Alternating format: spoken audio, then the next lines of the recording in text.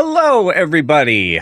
Welcome to It's a Long Story, a place where we roll dice, we tell stories, and we create magic. We are here with most of the crew of the New Moon. Kay will be joining us later on in the evening. But for those that are here, please take a look at your camera, wave, and say hi. Hi. Hello. There we go. Cool. Oh, way too much. Sorry to do this on stream. I'm so sorry. No one yell at me. Okay, we'll figure it out. Yeah, hi. For those that have no idea what this is, we are a D&D live stream that runs every Monday, Tuesday, Wednesday, Thursday, and Friday. Having 5 parties living, existing, and breathing in the same homebrew world, the wonderful, beautiful world of Hestera. So welcome. Announcements. Last session, so Monday night session, I literally told everybody, hey, we're having the player that we're going to have for Monday session had to back out, and it was sad, and we needed a new player to kind of jump in. Q2 about 1:30 this afternoon, we found a new player who is perfect. So Kevin will be joining us most likely in a couple weeks. But super excited to have him as part of the Reckless and the Asteran family. So, Kevin, if you're watching this, you killed it. Good job. And as always, thank you to everybody else who reached out and said hi. So that also means while we're probably going to be continuing to sort of onboard the new character, we will be introducing our one-shots. I did promise that I was going to put some stuff out this weekend, and I didn't. A lot of it was me just making promises of stuff that I just wasn't ready for yet. But I will be off this week, so we'll be able to kind of do some planning and building around that. So I would say at least by Saturday, we'll have some information on that. But yeah, one-shots. So for those that are not familiar, we used to do this a lot, and then we ended up having 5 campaigns, and now we're kind of back into it. Because, as I say often, I'm a glutton for punishment, and I love playing D&D. That's why. So if you are interested in joining in a one-shot, this will be something that will be kind of like most likely afternoons, early afternoons, mid-afternoon, during the week. You can check out that stuff by going to startplaying.games/GM/It's a Long Story. If you're watching on YouTube, it's also in the video description below. Like I said, there's no information as of yet right now on there, but that's a good place to sort of gotta get your feet wet if you're not familiar with Start Playing, which is an awesome site and resource for people that want to play any tabletop role-playing game. And that's, they're not paying me to say that. Well, actually, they're not paying me to say that. They are paying me, but they're not paying me to say that. Does that make sense? Yeah. So check them out. Super cool. Also, you can feel free to message me on there and just saying, hey, I actually have a couple people that have done that, saying like, hey, when you do have those up, can you please let me know? Because I'm interested in playing, and I will absolutely do that. So feel free to message me on there. Yeah, please and thank you. On top of that, I will be. This is the last session of the week. Typically, we have a Wednesday, Thursday, Friday. We will not this week, because I will be out in the great old wilderness with my wife in a tiny house, hoping it doesn't rain all week. But it might, and if it does, that's fine. It's cool. We're in a tiny house with 3 dogs. What could go wrong? Maybe we'll blow away. Just kidding. All right. What else? I think that's it. So lastly, if you want to support the channel, best way to do so is to like and subscribe where you're watching this, whether that is on YouTube or Twitch. And this is a live stream, so feel free to say hi. I will at least try to kind of give you a wave or a hi back. And if it's really clever and funny, you might see it below the screen. But you got to be real clever. Real clever. So clever. Matt, how clever? Like medium clever. Like Okay. just the bare, like just just a C plus average clever. Okay. All Right? No. Uh, Okay. no, Matt, you get a C plus for listening. Did I do bad again? I feel like I did bad again. You I'm did it sorry. bad. It's all right. Sorry. It's okay. It's fine. You can make up. You can make it up to me by giving us the recap. So before we jump into tonight's session, we're going to get a recap of where we left off with New Moon. So Matt, please take it away. Absolutely. I'm going to start this recap by just saying, watch last week's session if you really want to know everything that happened, because I'm going to give you like usually I give you like 10-15%. Going to give you like 2% this week. So sorry. Hell yeah. So the game started off with Jet waving his stick over Tishian's fanny pack, and that was what sort of woke Tishian from his slumber. Jet was sort of looking for something magical on Tishian in the shape of his coin, and as those two sort of like got together in the morning, Jet identified what Tishian's magic item was from the magical forest. As they were doing that, Ianthe was waking up, meditating. I believe went and took a bath and then had a conversation with her father, who is just all over town and absolutely just had a moment of connection, who gave her sort of a direction to go to while in town. One of the spires, I believe, in Zajar. She's suggesting that they go there, but also confirming that Adim had in fact talked to him and that he, I guess, seemed a little sad that he didn't have a chance to talk with him more. Adim was waking up and just winking at everybody, but I think just sort of doing his morning routine. Grienne woke up and, from what I understand, kind of immediately got into a conversation with, I believe it was Iskar, the Genasi that's with us. Yep. And through just a series of conversational points, Iskar kind of alluded to the fact that they may be like interested in Ianthe for just a moment, and that they would very much like to join the party, at least as a translator for the time being. So who knows if there's something cool there happening. Going back to Jet and Tishian, Jet was able to identify successfully with a very good check that Tishian has the silver coin of the chosen path, a really cool magical item that basically makes him cool. As we keep going forward, we end up going into Zajar. I know I'm mixing up some stuff here, but just follow with me. We end up going into Zajar proper, walking as a crew, walking as a fun place.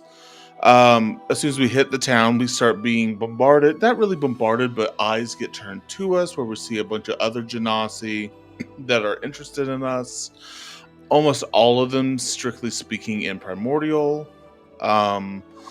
Really getting this feeling that we are welcomed, but not necessarily that there's seems to be some sort of change or interesting energy in the room, so to speak. As we continue walking, Iskar and our other chaperone, Orzai, a lava genasi, kind of introduce us to some of the landmarks in town. That's the spire over there. That's the gift store. That's the handmade soap store. That's the bowling alley. And we keep going through here. And then eventually they introduce us to this small cottage type, or was it described as a cottage or sort of a shed? Cottage. Rustic building in town. That's the word I'm going to use.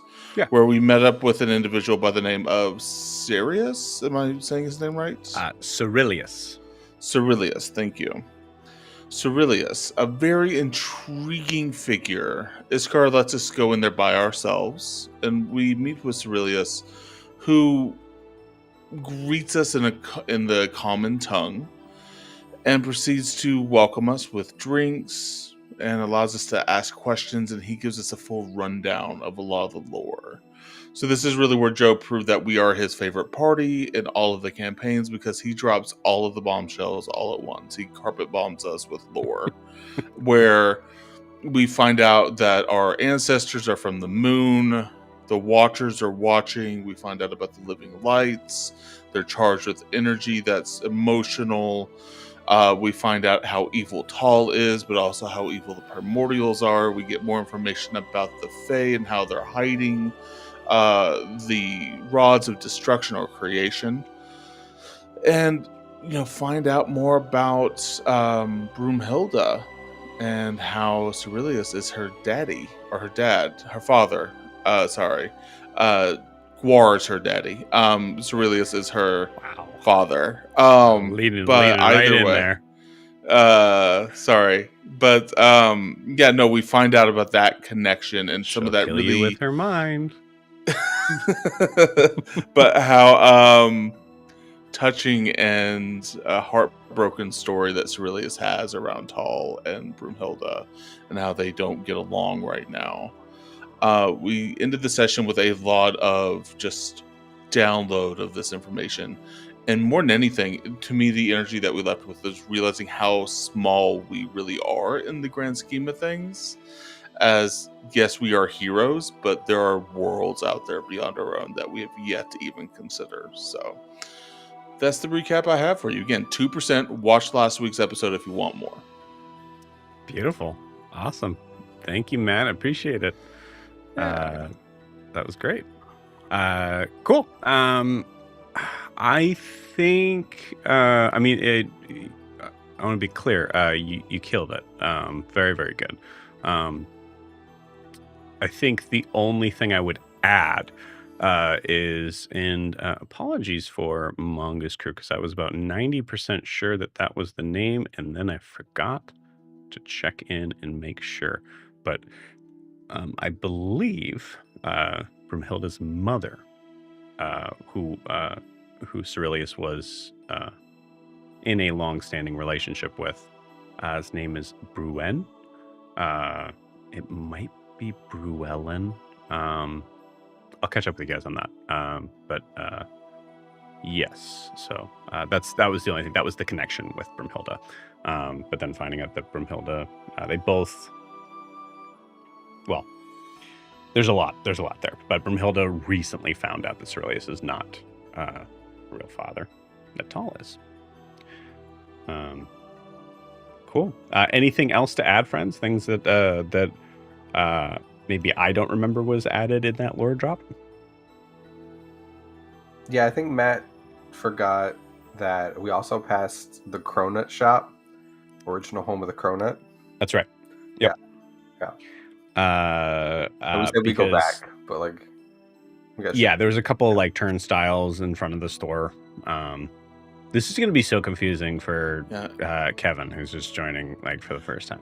I'm so upset I forgot the Cronut shop, because it's right next to the bubble tea stand too, right? Like, yeah. Well, no, guys, I'm sorry. Did I not tell you? We had a wreck on that. Why So is it's bubble like tea not in Imea now? Bubble tea's not in Imea. It's strictly an Abravar thing. It's the most magical of all drinks, though. Yeah. Jack's done. Jack's gone. Fair. It's been nice. Okay, but like now I'm more Fair. It's just okay, guys. Just think about the realities of it. Like there's so much more machinery stuff that kind of goes into the idea of like the building of the bubble tea. It's got to be more of an Abravar thing. Are you claiming that bubble tea is like the most steampunk drink right now? Is that what I feel like there man. are word boards that were created that could actually make. Yeah, dude. Yeah, no, that's fine. You guys didn't know, but in my world, it's my world, and in my world, the most steampunk driven. It's not pretentious. It's cool. It's bubble tea. If I, as a player in that campaign, if we get the Voracia and there's no bubble tea there, I'm gonna be upset now. This session is sponsored by Boba. Is that the same thing? I don't know anything. I assume it's the same. This session is sponsored by Tapioca. Beautiful. Okay, so for everyone who has been joining us for the first, second, or third time, none of that's true at all. So it is next to the cronut. It is next to the cronut store. Very good.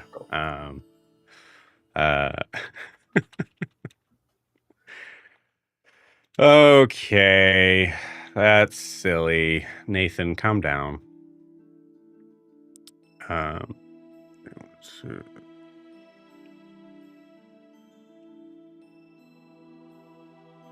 Okay, cool. I think we are ready. My dogs will absolutely bark when my wife gets home, but yeah, I'm sure you guys can deal with that. You guys want to play some D&D? Yeah, heads, cool. All right, Brandon's out. Let's Got do it. this. My dog is already barking. That's why I was muted. Beautiful. So we come back in to a small cottage that is standing on kind of a little bit of a precipice of what seems to be a very sort of strange forest is too big a word, I guess, just a patch of trees that line a dirt road that heads up to this cottage. Looking through the window, we see New Moon sitting at a table with a glass of whatever they're having. Wine, I believe, was one, but I believe a couple people have some glasses of whiskey. As Cerilius has just really just got done kind of explaining the whole world and how it works. We really lost Brandon. That's funny. How it works outside of the purview of everything that the New Moon has experienced thus far. So I will say, my plan was for Cerilius to get up and walk out and let you guys talk for a little bit, but I would say with Brandon missing, that's up to you guys. So we'll say Cerilius kind of is pouring himself a drink as you all are kind of mulling over the information that was given to you.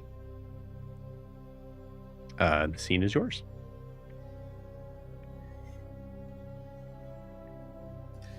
Well, Adim has pulled out his book and was trying to take notes, but right now is just kind of staring at a blank page, not sure what to write because it was so far over his head.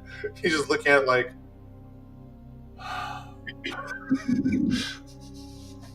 What do we...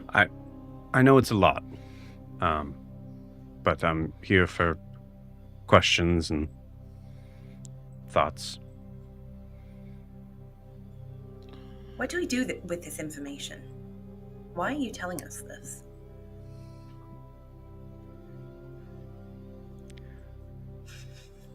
Well,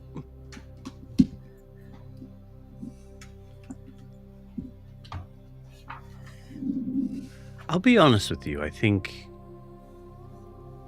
there is a lot of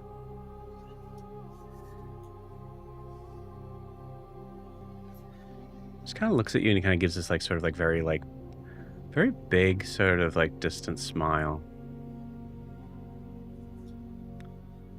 Anthony, this world is about to change very quickly.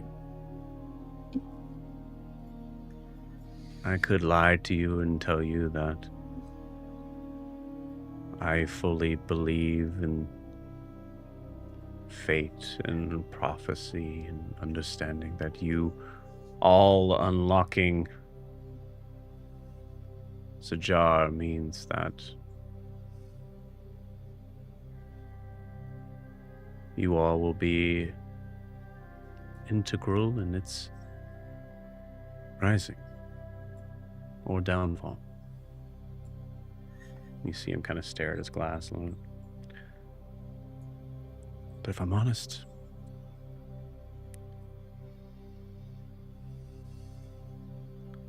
I'm tired of keeping secrets.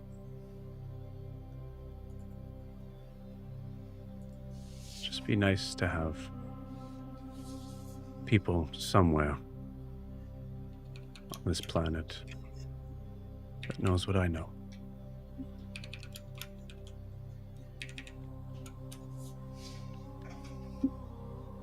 Apologies for the weight that comes with that. Yeah, I was going to say thanks for bringing us into the loop. Well, from my understanding, you did cross through the Blackened Forest, so I imagine you are all gluttons for punishment. Deem actually laughs out loud, but then tries to stifle it.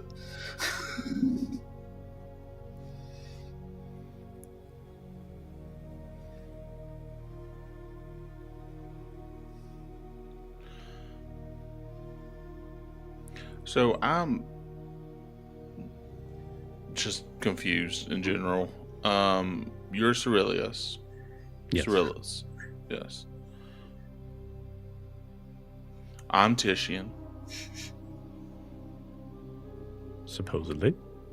Okay.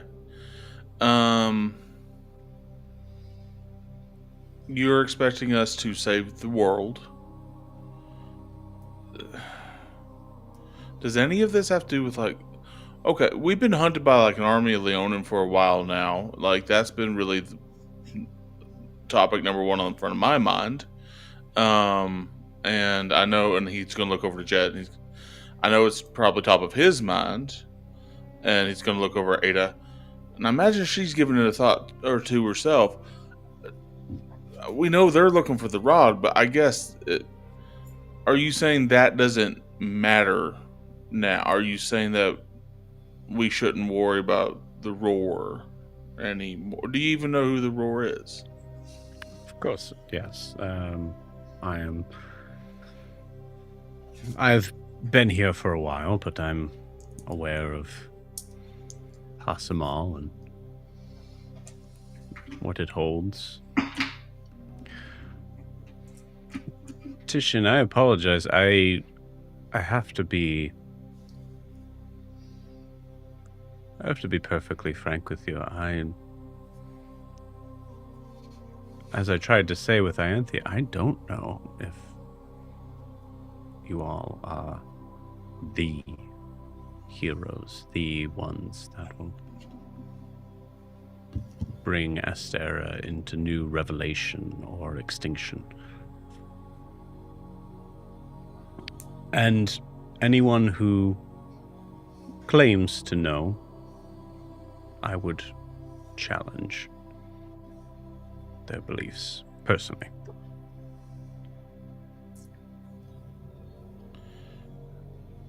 I mean, is there scripture of this? Is there stories or murals telling of, like, okay, for example, over this world.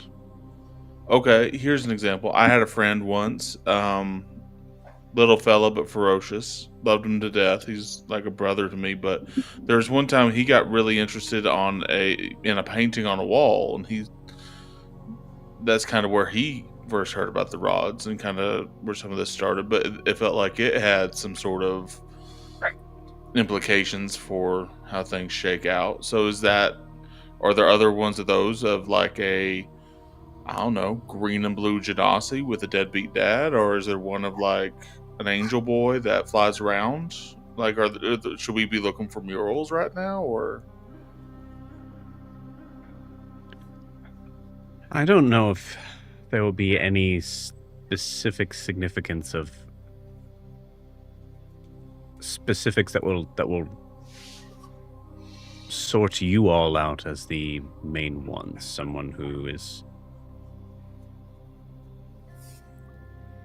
green skin and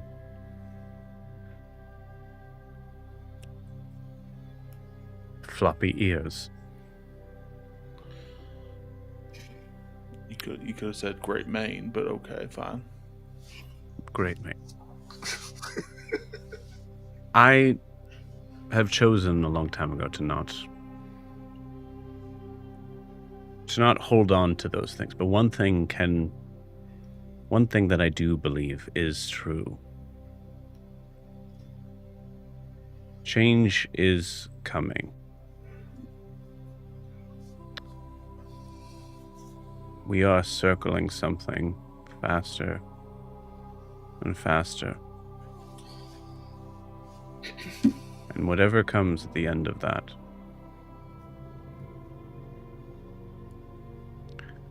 it'll be a bigger impact than Astera has ever experienced. Do you know what Since sort of, the dawn of its existence, at least. do you know what sort of change it might be? I mean, how are we supposed to prepare for what might be coming if we have no idea what it is? How can we save the world from this great mystery if we can't prepare for it?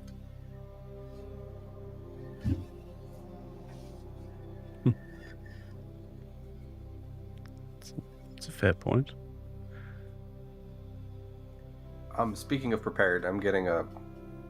Oh, I'm just gonna step out for a minute. I'll be right back. Right? This is kind of important, but sure. It's Elton. She's calling back. I'll I'll like mumble that to myself as you leave. And when you say Eldrin, I just kind of roll my eyes.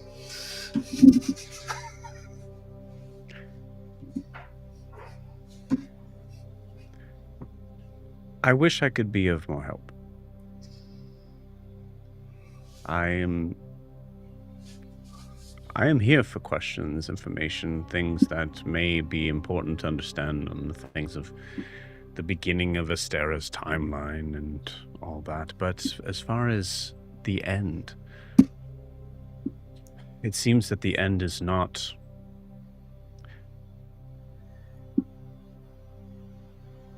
It's more than unwritten. It is undecided. In not just this time. So all of them. I don't have a lot of questions for you because I barely understood what you were saying. I won't lie. So it's hard for me to ask questions about things I don't understand, except for say that again. But you just said we're in for a big change, but it's undecided. So maybe we're not in for a big change. Right? Trust the fallen angel. Of the things that I am unsure of, that is not one of them. So there's going to be a big change. You just don't know what kind of big change. No. No, that's wrong. Well, damn. No, I don't know. Oh. No, okay. No, that's right. Thank God, I finally figured something out from what you said. Okay. And it goes back to writing it down. Joe, I want to make sure. Did we get the story as to why he's fallen last? Was that because of the love story that he told us, or was there something else? I feel like I'm. He may not have been clear in that. It was pretty clear to me. It was Bruin. Was it? Yeah. Yeah. Yeah, it was. I mean, it was Bruin. It was basically they punished him for not bringing Tall back, essentially. Yeah. And that's the part that Dean got. He understood that part. Just want to make sure I was remembering it right. Okay.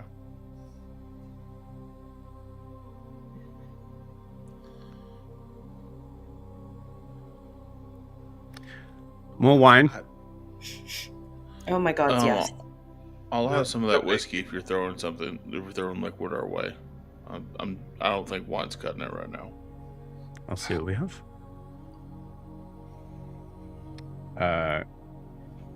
Grian, roll me an initiative roll.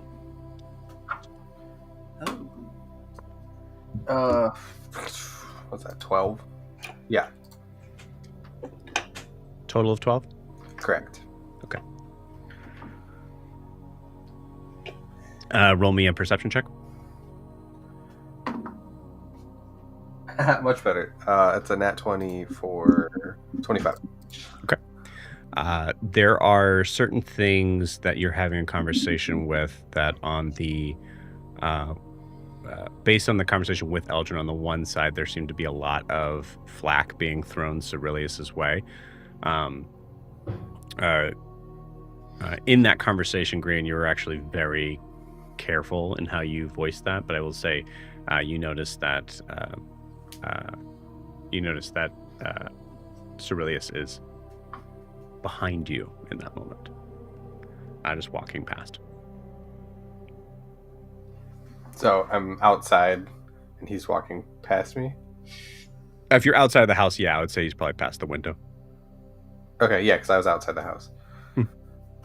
So I see him pass by the window. Mm-hmm. It's still in the house, or he's leaving. Imagine a kitchenette window. Okay. That's kind of the scenario there. Got it.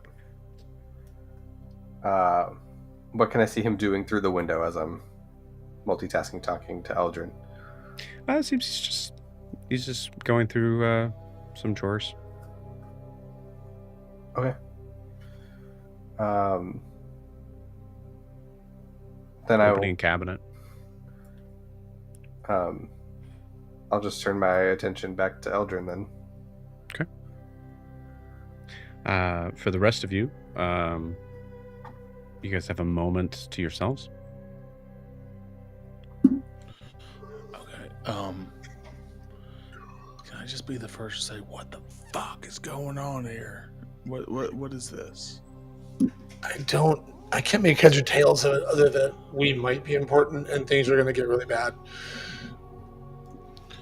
Jet, you're smart. Say things that make sense, please. So there's a lot. Some of the big things that we found out, though, are we can separate. The whole reason that I came here personally was to find out how to separate Alyssa from Ignivirus, and we found that out. The problem is it leaves Zajar kind of less protected. But it's doable, right? That's what we found out.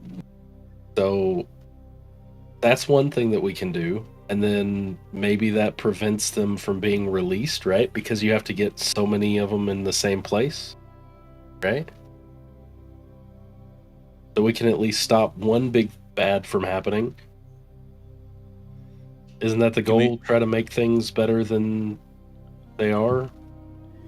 One step at a time? Okay, so you're saying if we separate the rod from Alyssa, we can, save the world. That's what will save the world.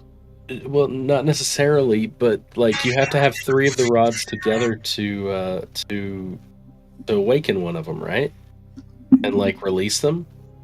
Isn't that what we found out? So if we leave one here, whoever else is trying to, they won't get this one.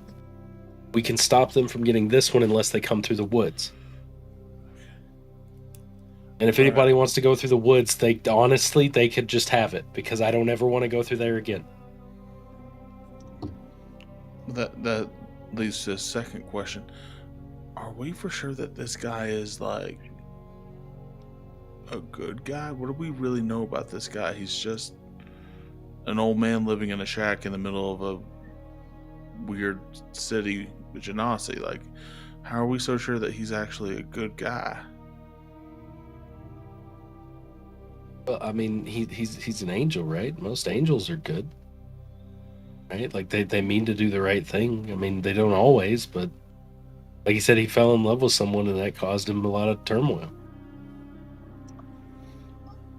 I don't know an angel from anything, but he doesn't have to be good. I mean, does he have a reason to lie to us? He strikes me as someone who maybe has not always been the best and is trying to atone for it now by giving us help as much as he can. I just don't think we need to put all our eggs in this basket. I just think we need to be cautious around them. That's all I'm thinking. I don't know. That's easy enough. I'm not even sure what he said. So what's next on our agenda? I think we need to bring this information to Riley, maybe? Who? Exactly. Riley, maybe? How close was she with the family? That's a good question.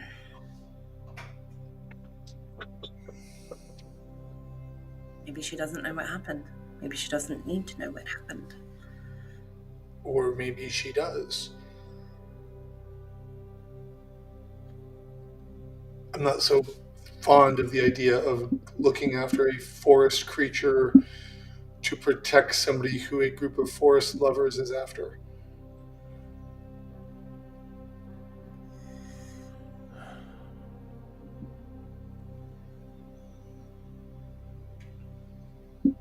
We have to share this information with someone. It can't be just us. Why? Who are we going to tell? Eldrin in the group?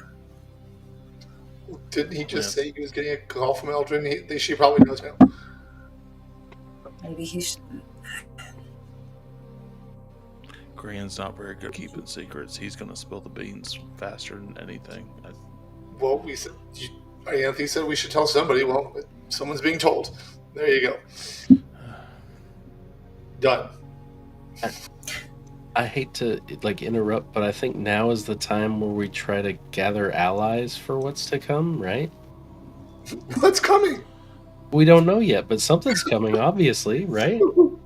What allies? Hi, something's going to happen. Help. Yeah, but it's more than that. He said when the rods are released, not if. It might not be specifically recruiting allies, just sort of building relationships, mending bridges. We're not historically great at that. Are you saying Anthony? Are you saying this about the friends we made along the way? Really? I'm assuming you mean the ones who haven't tried to kill us. Or that we've killed. Or the one we've driven away. I'm thinking Kofi. Yeah, all right. We'll call the 3 that we have left. Okay, there you go. I will say this. I've been trying to make allies this whole time against a force, an armed force, an army to overthrow and restore justice. And that was tough. That was tough as heck. But now you're asking me to try to get allies to fight gods. Well, I'm not asking you to do that because or whatever this godly force, these rods and whatever, that's not just the homework, that's extra credit. You know what I'm saying?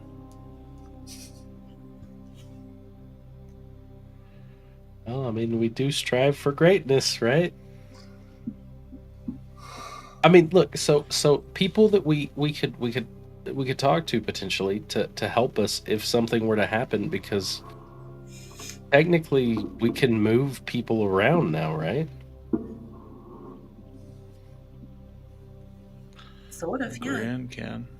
So, I mean, we have just since I've been a part of this group, I know some of the mages in Dare's Wharf. Some of them could be very helpful for if we need to research something or find something out, right? So we could they could stay where they're at and keep us updated, and we could give them homework to do or to help out, and potentially we could reach out to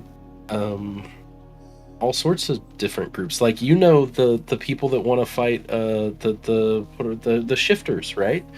If we need a force to help us, I mean, we could help them first and then have them help us, right? Because they kind of want to take out Hasamal, which I mean is kind of one of our goals too, right? I mean, we want to somewhat, yeah.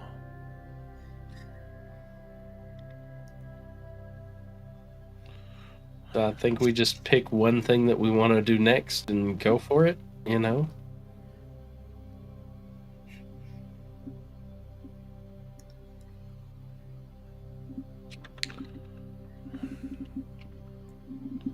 What more do we need to do in this town?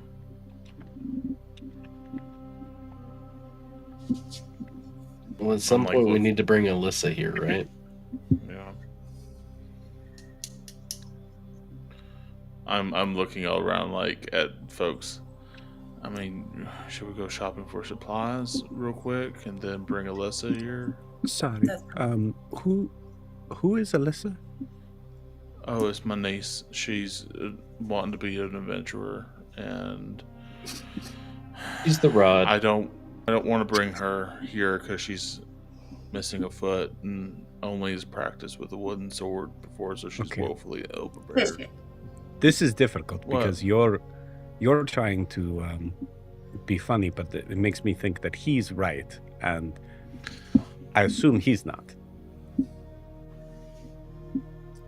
I'm gonna just look at Jet. And Brandon, you are muted if you're talking to us. No, it was a thought. Like I was like, who's Oh, okay. trying to be? It's Ada. He's Okay. good. I was like, who the? Oh, so there's a fly that kind of comes up on the wall and just kind of like goes and sits down. Yeah. What do you mean I'm trying to be? I am Ada, Brandon. Right, we should probably maybe catch Ada up a bit on things. Ada, would you like my notes of everything that's happened since I've joined, or would you like to listen to the whole story? Can I trust you? I mean, I so think that's far, up to you yeah. to decide. Both of those are terrible answers. Can I trust you? You can Yes. trust me. Okay. All right. Yeah. Give me your notes.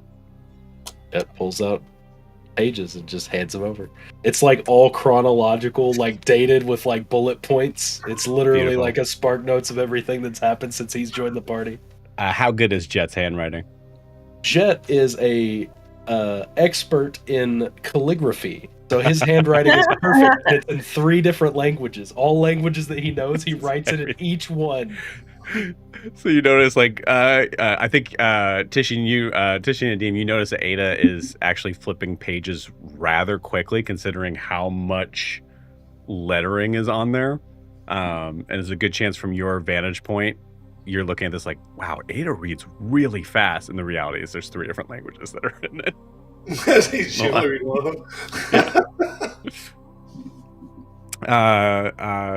I will say, Green, if you want to come back in, you can. Yeah. Okay. Oh, sorry guys. A lot to talk about. Eldrin's also going through some shit, so it took a little bit longer to talk to her about some stuff. But Is Noria okay? I mean, I think Honoria's fine for now, but if it were under her current mindset rulership, I don't know if they would be. But I Oh, think so the problem isn't there. no, she'll be fine. What She'll are be fine. they, what Okay. are they up to? Okay. So I'll just kind of bullet point this for everyone here. I'm going to pause you there real quick, just because it doesn't make sense that Cerilius is gone for this long. So I'll say he comes back in at this point, sees that you guys are having a conversation, and goes, I'll leave the drinks here just in case. Give you guys some time. You want- Thanks. Okay. First off, Eldrin, not a fan of him, and Wilbur is super pissed at him. But I guess semantics we can discuss later. Good news, bad news. Cavish and the other druid leader guy, whose name I can't remember, are officially dead. Another bullet point. Good.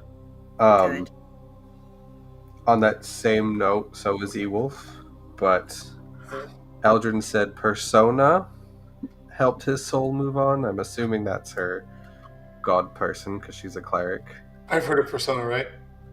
Persona, yeah. Persona. Persona. I say I say it's Osana, and yeah, it's a god. She's a god. Lorian's eye is twitching somewhere. Okay, it was a little glitchy on the connection for a second. You know, magic barrier and all. Okay, he's dead. Also, Anthe, we need to get your hand checked out because that vine thing that we faced in the mountain is living in there. What? There's no timeline on when the family is going to attempt to go for Alyssa, so I'm not quite sure how much time we have, but if they hear something, they'll let us know. Well, you're saying the family's officially going after her, though. Of course they are. They Oh, want her yeah, for sorry, that's what she responded to power. me before I stepped out. Yeah, they're going to regroup and go after her. Yeah, of course they are. I also got the chance to clear the air about what happened to the family and to Ewolf, and don't know if that pleased Eldrin or not. She just kind of said noted, which I think from her previous conversations just means that she's got it, and end of conversation there.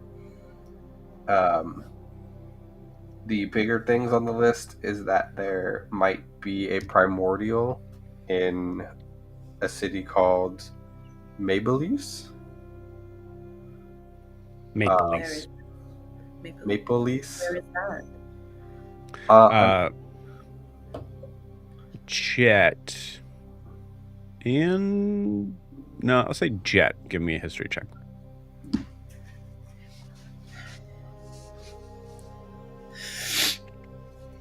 $24. The name rings a bell. It's south of the slightly south. Actually, really, it's mostly just east of the capital of Eisenheim. But far south. But the Mongoose crew is headed there now. And they asked that we could meet them there, and I said to just give us a heads up when that happens, so if everyone else is down for it, we can meet them and kind of investigate what's happening. When the princess said primordial, did she mean one of the rods? Yeah, I mean, she said it was a rod, theory that there might be a rod there, but honestly, on the grand scheme of things, they are just locked away primordials at this point, whether they're good or bad. Which one is it? They Clearly not fire. Or the other one, so that The I'm other not one? sure. Which other one? The one that the other group has. Huh? Remember, Daphne's sister had mentioned that there was one, and we were debating about taking it from them or not. Oh yeah. Yeah, that one. Which one was that? Oh God, I don't remember if we actually were ever told which one it was. I don't Okay. think you were. So, well, not fire. Okay. Yeah, it's not fire. So earth, air, or water. Great. Yeah. So if you guys are down for that, they'll let me know when they're there, and we can test this key out. I did let them know that we might need to get Alyssa first. So there's that. But that's the gist of the conversation. All the important bullet points anyways. Wow, that was a lot of information. Yeah.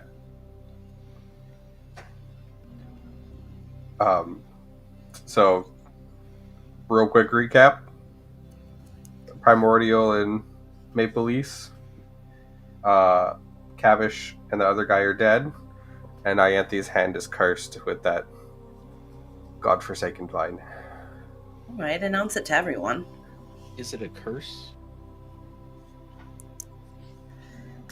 Yeah. Yeah. Is it a Tomorrow curse you'd morning like I to can get rid take of, care of or that. that you're enjoying? I don't know yet. Eldrin found out because she saw the guy's body be ripped apart with black vines and attached to the walls around it. Wait, Eldrin knows I did that? She knows I did that? You didn't do that. I didn't do that? No. Great. Problem solved. Anthony walks out. Great. All right. One problem handled. Tomorrow morning, I can prepare to remove a curse if you'd like, and I can try to help alleviate that. The thing is, I'm not sure I want it removed. I kind of like it. That's what everybody says about curses. That's why it's a curse. Maybe it's not Anthony, if you tried to roll me remove my tattoos, I would rip your arm off. roll me a history check.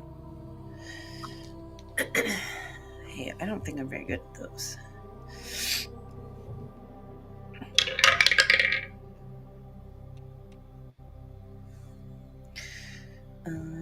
History 7. Okay. Cool. Never mind. See, problem solved. Y'all, I think we might need to discuss something that I don't remember if we've discussed before, but even if we have, I think we need to discuss it again amongst ourselves, and that is once we get the rod removed from Alyssa, what are we going to do with said rod? I thought it was like going to be sealed in the big floaty thing in the sky in town, right? Or is there a way that For we can... ourselves to prepare for this big change that's coming. I'll be honest, that's what I thought. You think there might be a way to put them back in their respective realms? If there's a place to do that, this might be it. I mean, I think we need to find out a little bit more. But the fire portal isn't here, right? Isn't that what they said? The like tear to the fire plane isn't here. I know someone who can make one. If they did, you're a better listener than I. No, Iskar did say something about the spire to the fire plane is... Yeah, I vaguely remember that. It's planes, planets, words, too many. I mean, I think first things first would be to see if that's even an option. Because if the plane of water is like, you can have him, her, whatever, then I don't know if that's an option. Wait, the fire rod on the plane of water? That would not go well. No, the water primordial in the plane of water. That might go better, yes. See, So, this is but what that requires learning more about them and what happened. we know so little about all of this, and yet we're just, I don't know. We don't even know what we're going to do with this thing. We just barely got Alyssa somewhere safe, and now we're discussing possibly banishing this to the rod, possibly using it in another form or fashion. Well, we came here to figure out how to separate Alyssa from the rod, so we need to ask more questions. Probably you. I look over at Jet, because Lord knows I don't understand it. But, I mean, we are in the place we're trying to go for the reason we're discussing. I think there might be other people here that we can ask besides our fallen Solar friend that might know a little bit more.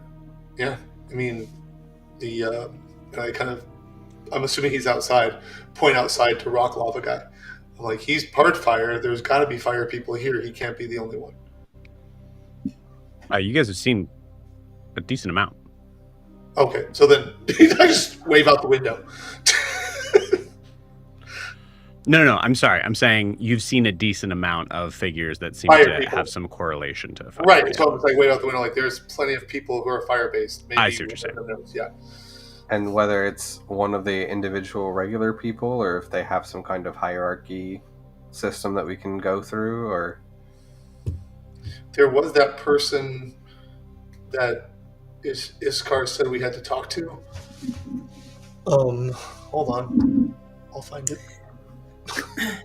Oh, I was looking through my pages. the high speaker. Yeah, him.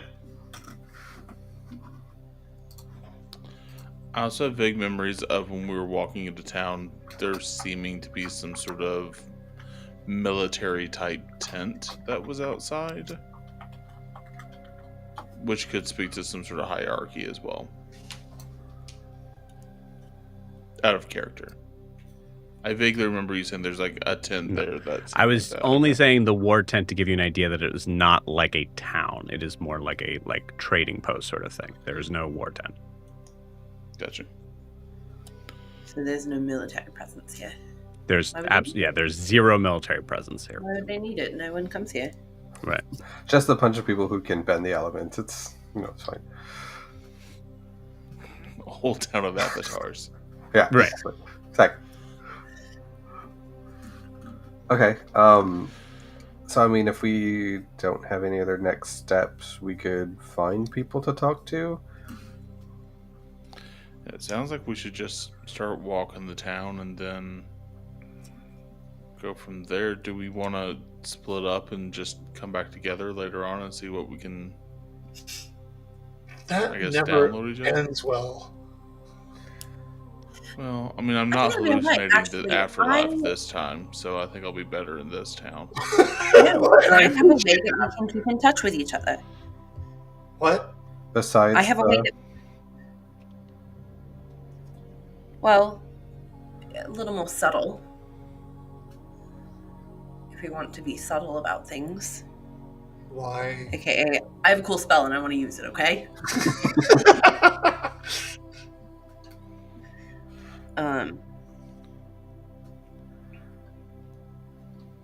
Yeah, I could have us all be able to chat with each other telepathically from wherever we are. For how long? and how far?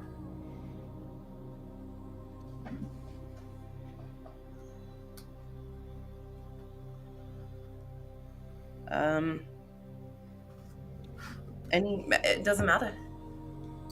Throughout the city, How long does it last? an hour. Okay. Well, Yeah, if it's alright with you guys, Iskar and I were gonna go. She's gonna help me find some new digs, if that's okay. I'll I go. wouldn't I'll go mind with doing you. that too.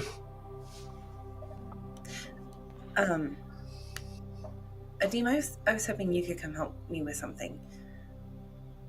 Well, I could use your help shopping probably. So sure, you and I can go shopping then.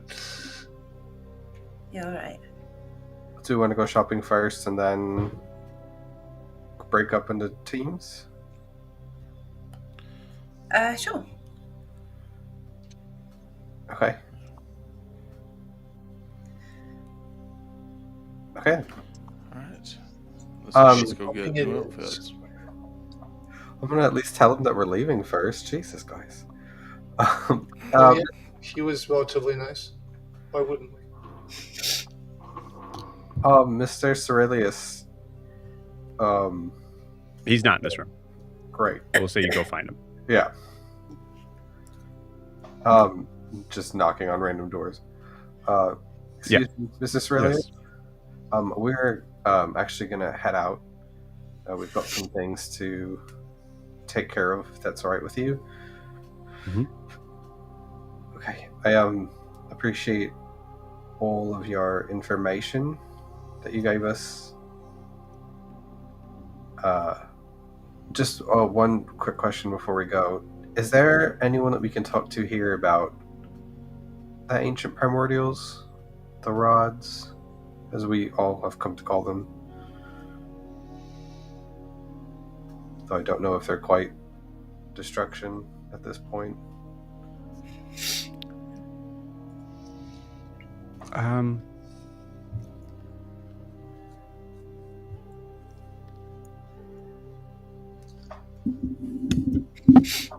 Roll me a persuasion check. Okay, that's a 9. Oh, What jeez. you 2 dice? Aren't you supposed to be good at those? That's a +5.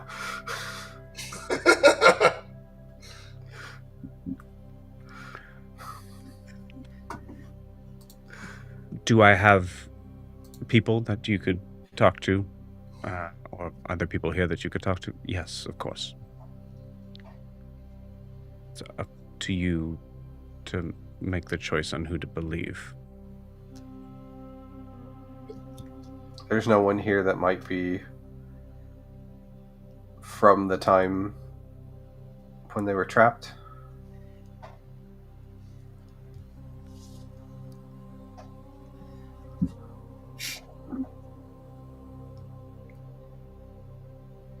If there are,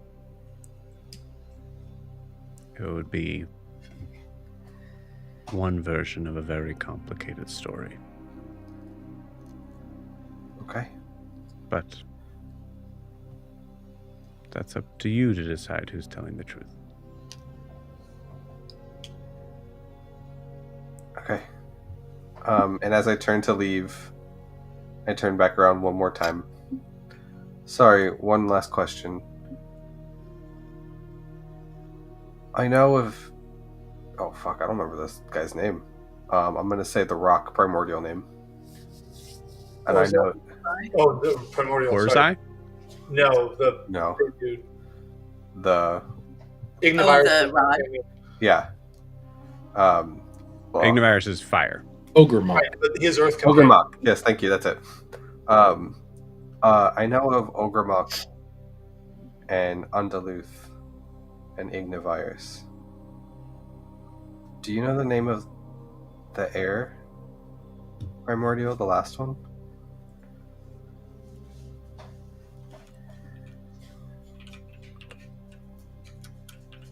Roll me a persuasion check with disadvantage. Okay, different dice. Okay, I'm gonna use my inspiration that I got. Come on, big money, because I was in that one the first time. No. Okay, it's a 14. It's not gonna hit it.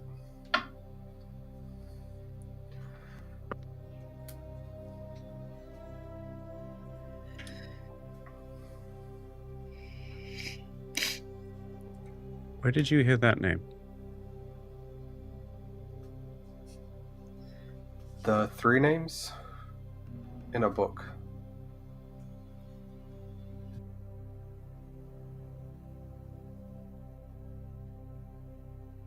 Which book? It was a book in a library.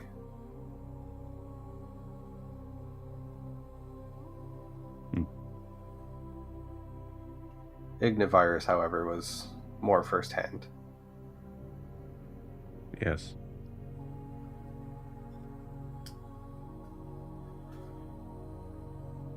I don't wish to confuse you any further. But I don't think you have the names correct.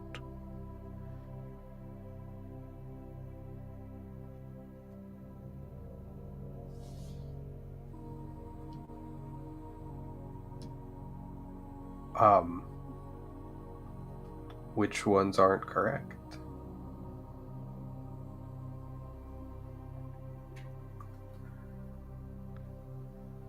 I could be wrong.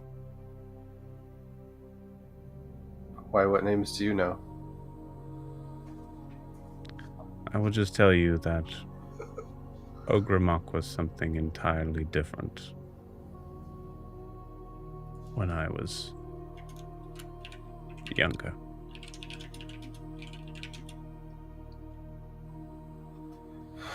Noted. Got it. Well, thank you for your time and your hospitality. We all appreciate it. Absolutely. I'm here to help as much as I can. Thank you. We're gonna go find some new clothes now. Maybe some new fun, punchy stuff. So, We'll be back hopefully before we leave again. Did the elder give you leave of the city? The elder? Nazir. High Speaker, no. I believe they call it here. I think we have to talk to him. I think Iskar said we'd stop by. But we're not leaving just yet.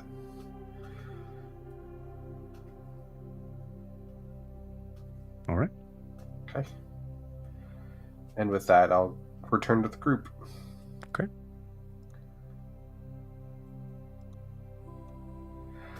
Okay, you guys ready?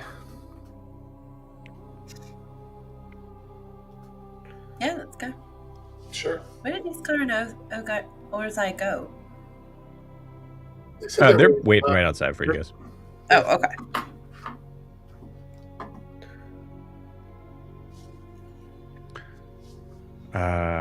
Okay.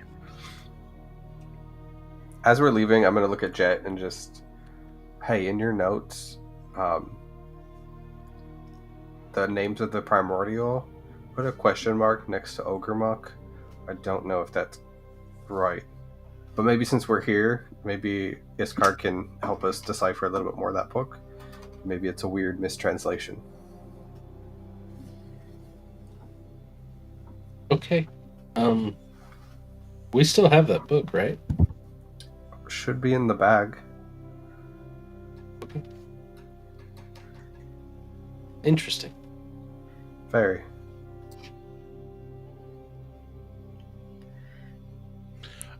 I just want to confirm whether or not Ianthe casted. Was it Rory's telepathic bond or whatever? That's what it is. I've not cast it yet because we're sticking together for now. Okay. Okay.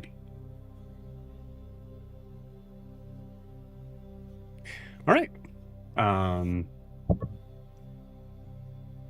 Yeah, so as you guys come outside, you see Iskar kind of float quickly up to you. Did you receive the information that you needed? Oh, yes. That and more.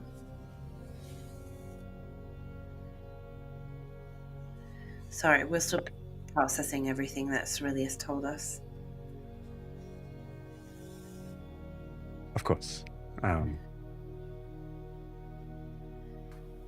And if I or any of us could be in any help, just please let us know. Well, we thought, for starters, we'd love to explore the city, perhaps purchase some needed goods. Yes. Should probably meet with the High Speaker first. Really just more of a formality. This is all very new to us, and it'd be helpful to have a kind of seal of approval. Oh, certainly. But I'm sure it'll be fine.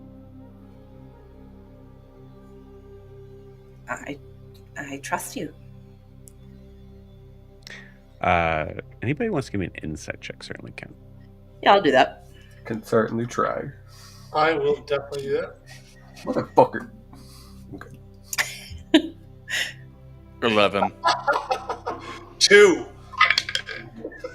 Ooh, not great. Wow, we're not doing awesome. I rolled a 1. I believe her even if she stabs me in the back. I got a 15. Okay. She is not very good at deception.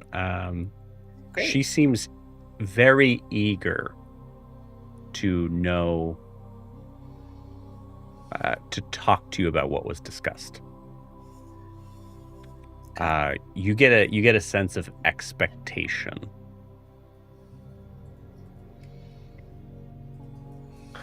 I mean, if we need someone to blab along the way, I can do it. It's fine. Yeah.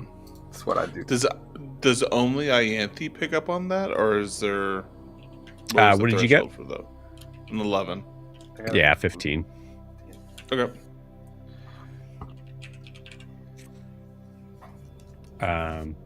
Okay, so we'll meet the speaker, and then Iskarna, you and I talked about you knew somewhere to find new clothes and whatnot. Could do that after. Yes. It will take some. Yes. Let's go to Nazir's. I believe you call it office. Place Sure. of work. Yeah, office, sure. Just, is it easy to get to? I know like some people here can fly. Well, people who can't fly be okay. You seem to kind of just zoom in and out. I just want to make. Oh, that is a good point. I'm sure Ozai can help with that.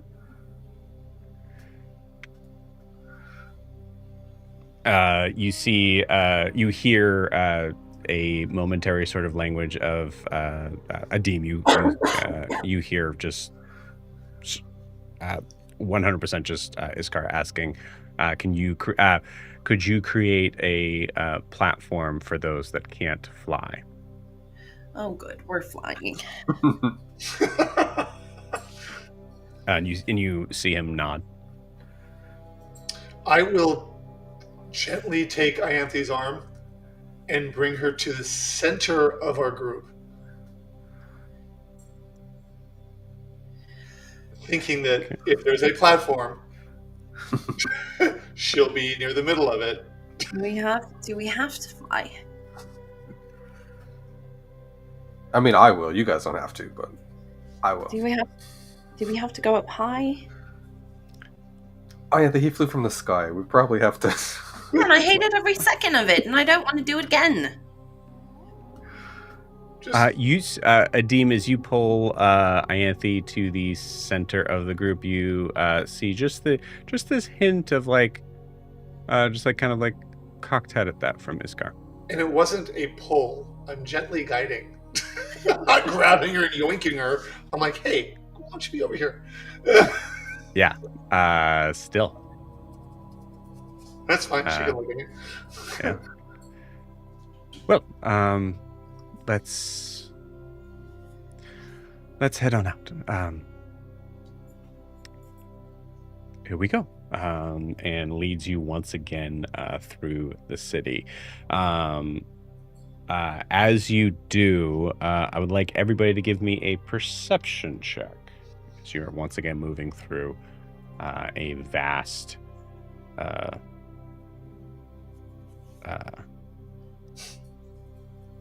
and 11. bewildering city. Okay. 11. 14. Wow. Nat 1. 20 total. Okay. Cool. One of the interesting, I'll say with a 20 total, you guys see, for the most part, you guys see a lot of just strange sort of creatures kind of move by you. Once again, kind of covering into those sort of like elemental sort of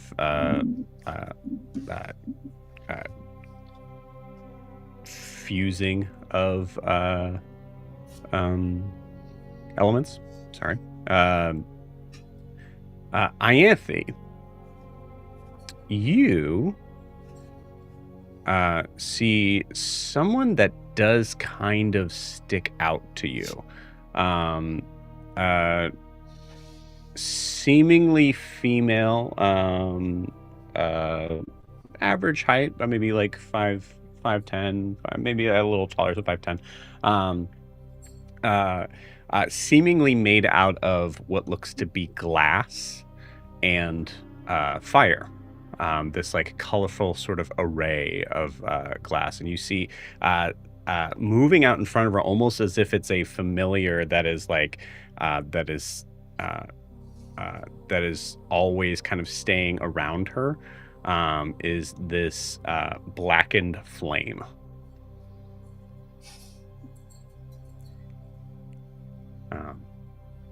Yeah, you see this figure kind of move by you and just seems to kind of like look in your direction a little bit and just kind of politely nods and continues on. They are walking.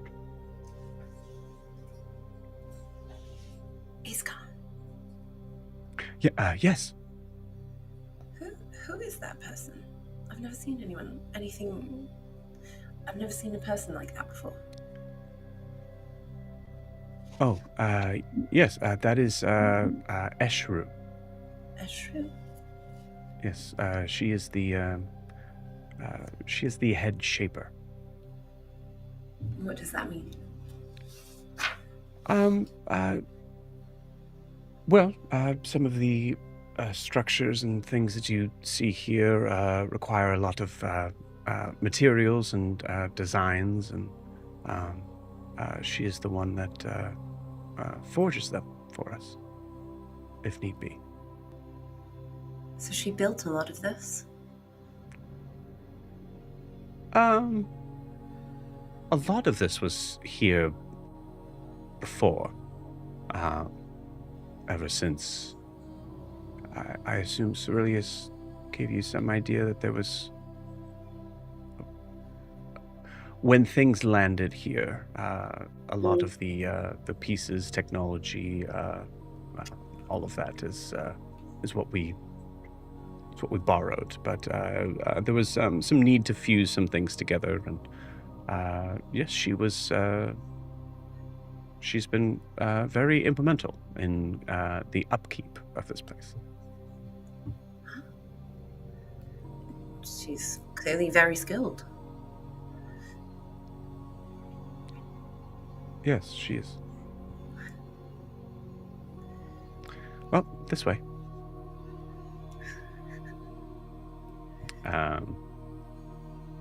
And you see one of these strange sort of spiral structured buildings, kind of looking like this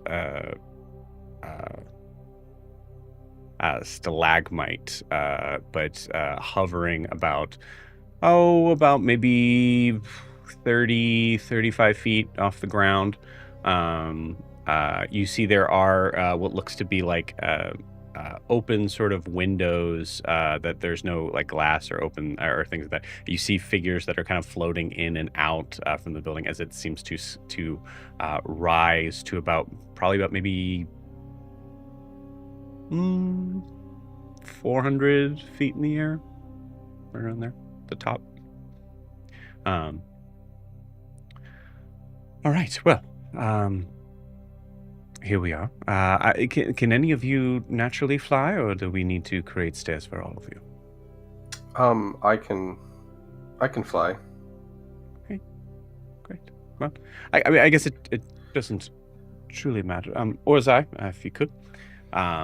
And you see Orzai just full on straight up earthbend as he just seems to pull from the ground, just holding his hands out like this. You see what seems to be like a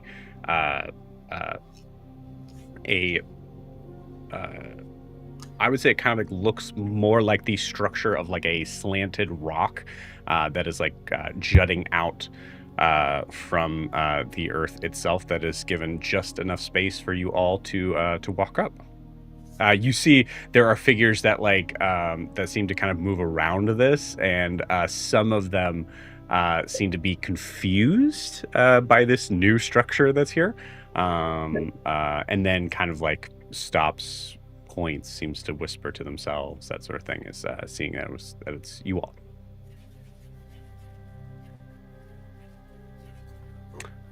All right, well, Ianthe, you see there's no hand railings or anything. Great. You know. Great. Safety? Who needs it? There's no ocean, Zajar. I'll offer her my arm, and as we go up. Thank you. All right. Well, see you at the top. And you see her just kind of float up. I'm gonna pop my wings and be like, "Damn, those look like a lot of steps," and then I'm just gonna fly. You got it. Yeah. So yeah, you just fly after after Iskar. I give him the finger behind his back. Beautiful. You see Orzai just looks at Jet. No, sorry. No, Titian was the one that he had some correspondence with. Looks at Titian and just goes,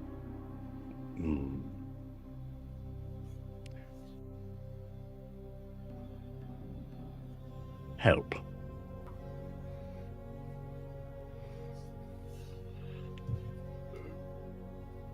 Yes.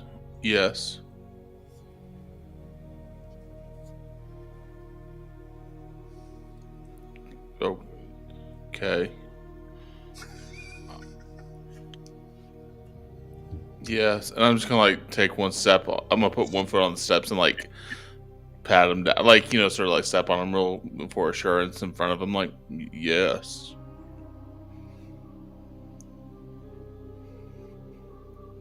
Yep. Okay.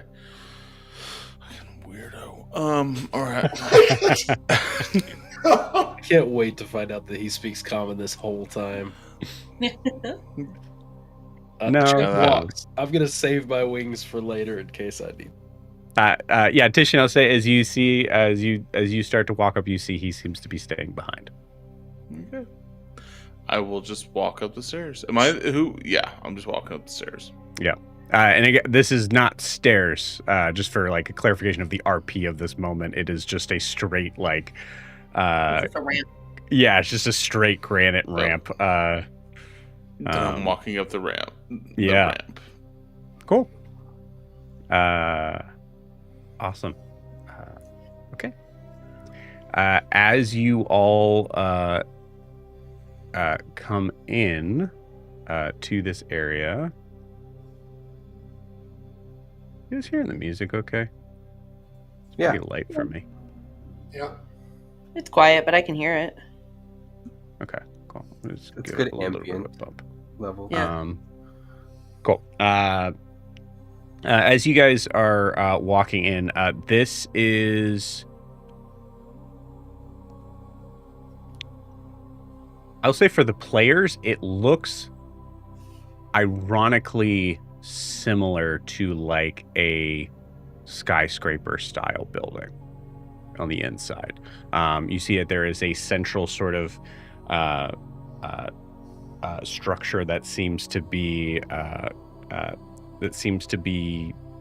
moving up and down like an elevator, but something that I would say for your characters is something you've never witnessed before. You see that there is a lot of what looks to be like very chrome plated like metal in here. That seems to be that is cleverly curved and formed to show the variances of levels that kind of come up here.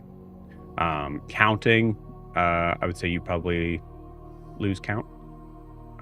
Could be 100 levels. 100 what? Levels. I thought you said miles. I was like, whoa. No. Yeah. This place is incredible. I've never seen anything like this. Yes, well, the technology that was left here was and is far beyond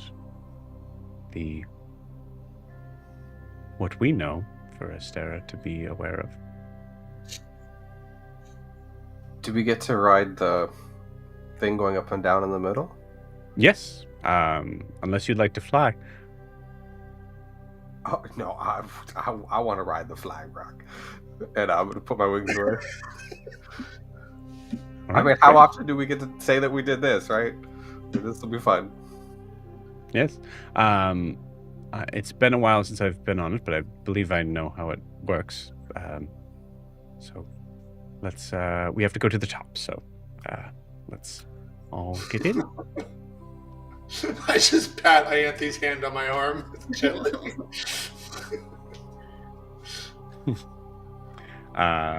And with that, you all walk in, and this it's essentially, I mean, get the idea like of this like elevator sort of thing, except that it's like perfectly circular, and it's kind of closed off with this very like kind of shiny chrome metal.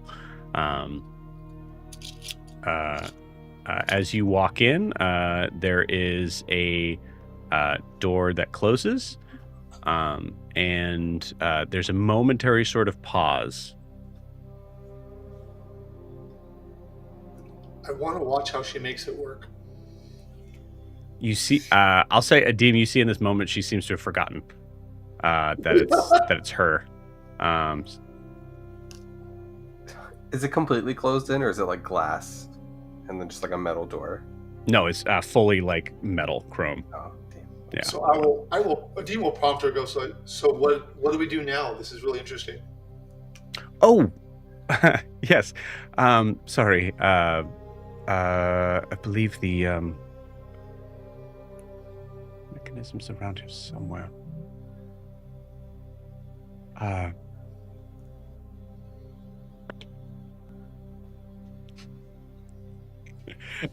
She finds a sort of like an area in the wall where it seems like there's like a little bit of a crack around it, and you see her kind of like push it in where it kind of opens up. Right. Let's try this one.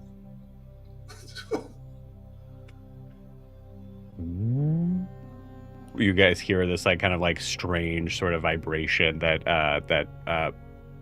really like resonates through your whole body as you all feel as this structure lifts you up out of the air to for about maybe 20 seconds.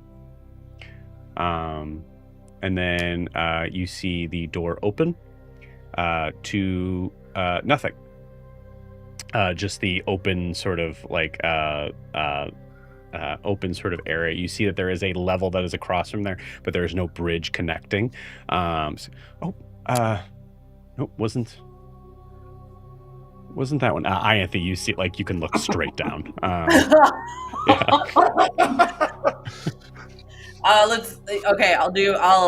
It like opens up and I will see that, and I will just like back up and grab the nearest hand, and maybe we say it's my hand. Yeah. Maybe we say it's Iskar's. But I mean, it can be. It's up to you. Yeah, let's have it. Yeah. Oh, are you all right? Sorry. I don't love being up high. That is terrifying. Oh, it's the same as being lower, just... Oh, but you could... Yes, because of... It's extremely hot. Yes, right. Gravity. Yes. Okay. Well, why don't you come back and, well, let's see... and you see there's a moment that's so silly, but this is absolutely what she would do, where she goes back to the thing, but she's still holding onto your hand. Oh, it was the other way. Yeah. You see the doors close again, and you guys now are waiting about a good full minute, enough time where she goes, "Oh, sorry, you're okay now." Sorry about that. I just It's quite, needed something to okay. hold.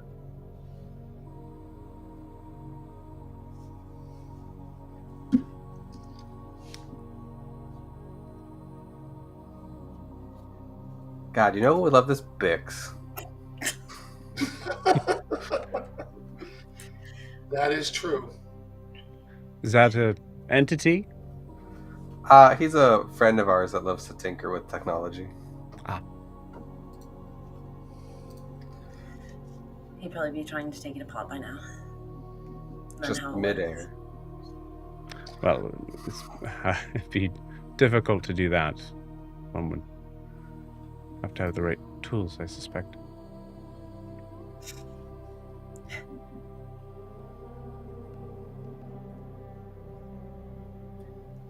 So what is this speaker like? I mean, is he harsh, strict, gentle? What should we expect? He's been around for a long time. He was around when well, he was technically on Astera when the crash happened. So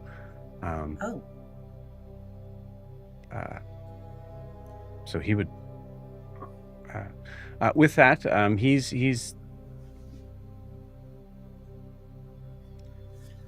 I don't know the word. What would be the common word for it? Could say it in primordial. I think she'll. That helps. You hear what is equal to about crabby. She would say like crabby and like weathered. Would be a way of like saying like just very a little grumpy. Grumpy. Got it. But I mean, this is once in a lifetime moment, so I'm sure that will knock him out of it. And if not, just smile and nod. You're very important, so there's very little he could do to prevent you from fulfilling your task. Good. I don't want to leave yet.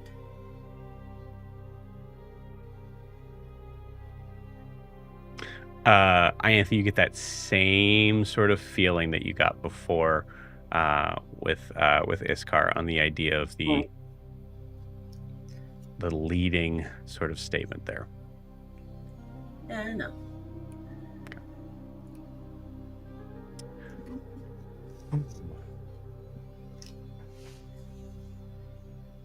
Do I smell alcohol? And with that, you feel the elevator stop. As the door opens, and there is once again no bridge. Oh, yes, there's one of it's one of these.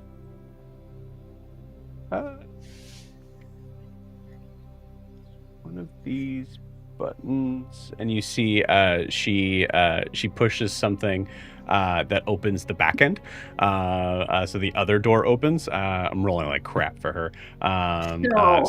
So now like I think you kind of like pulled back, and now that side is open as well. Do you need help? Like try to help. Tell you what, I'm just gonna close my eyes and somebody tell me when we are actually getting off of this death box. Yes. Yeah. If there's please. What kind of check is this? Roll me an investigation check. Well, that's what I was thinking it was gonna be. And that's not terrible. That's a 16 plus 5 is 21. Okay, cool. Jet, what languages do you know? I know Abyssal, Celestial, Common, Draconic, and I can activate my tongue spell if I needed to recast it at some point. Okay. I'll tell you this. I'd say with what did you say, a 21? Yes. Okay, 21. The Draconic language is, in many ways, very different from Primordial. But they do use the same sort of runic element on the idea of trying to make a picture to describe the word itself. In some cases, for very, very basic sort of symbology, you see something that looks close to what would be the draconic word for bridge. It hits that button. Okay, cool. You guys blow up instantly. No! Rocks fell, we all died. You all Also died. forgot. Could have probably just read off the things for you. My bad. It's all good. Cool. You see, because both doors are open, you see bridges kind of push out to both sides. The bridges themselves are made of what looks to be like a colored glass, very similar to the skin, the like kind of like color changing skin tone that you saw of a lot of names. Eshru, I think. Eshru. Yeah. Yeah.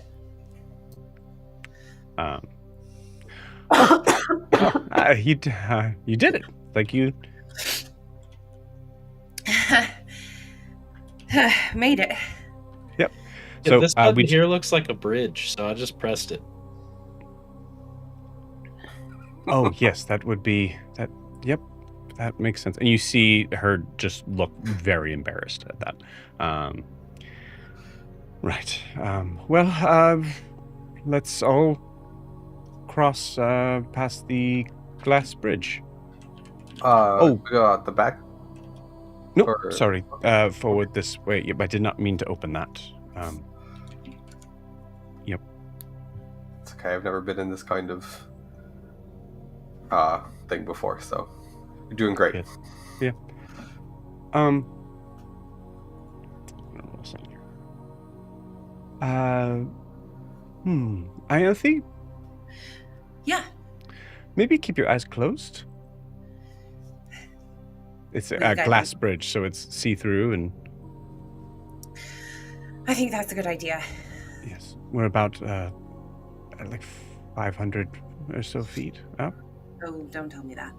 Oh, okay, all right. Well, yeah. And she takes your hand. All right. Does this kind of like quick look where she like looks at everybody, and there's this moment of like this like kind of glimmer of like I'd say a Deem you probably pick up no, actually I'd say Green probably picks up of like, is this normal? She do this with everybody? Okay, all right. And before you're able to even give a response, that's the look you get. Yep. I'll just Cool.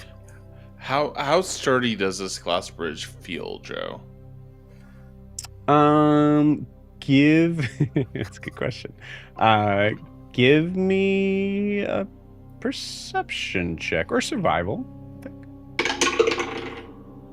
I'll go perception to 26. 26. Okay, cool. It is I'll say like Tishin, as you kind of put a step forward on, I'll say like probably like other people have kind of like walked past you, but Tishin, you're a little, you're a little bulkier. So as you kind of take a step forward, there is that momentary sort of thing of like, this looks like glass.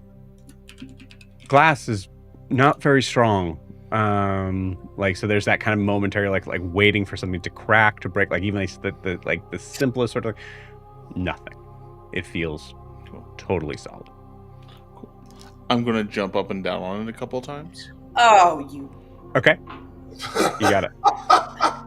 Just like just shit saying to the group, oh man, this is like surprisingly strong right here. I have to give me a Constitution saving throw. Yeah.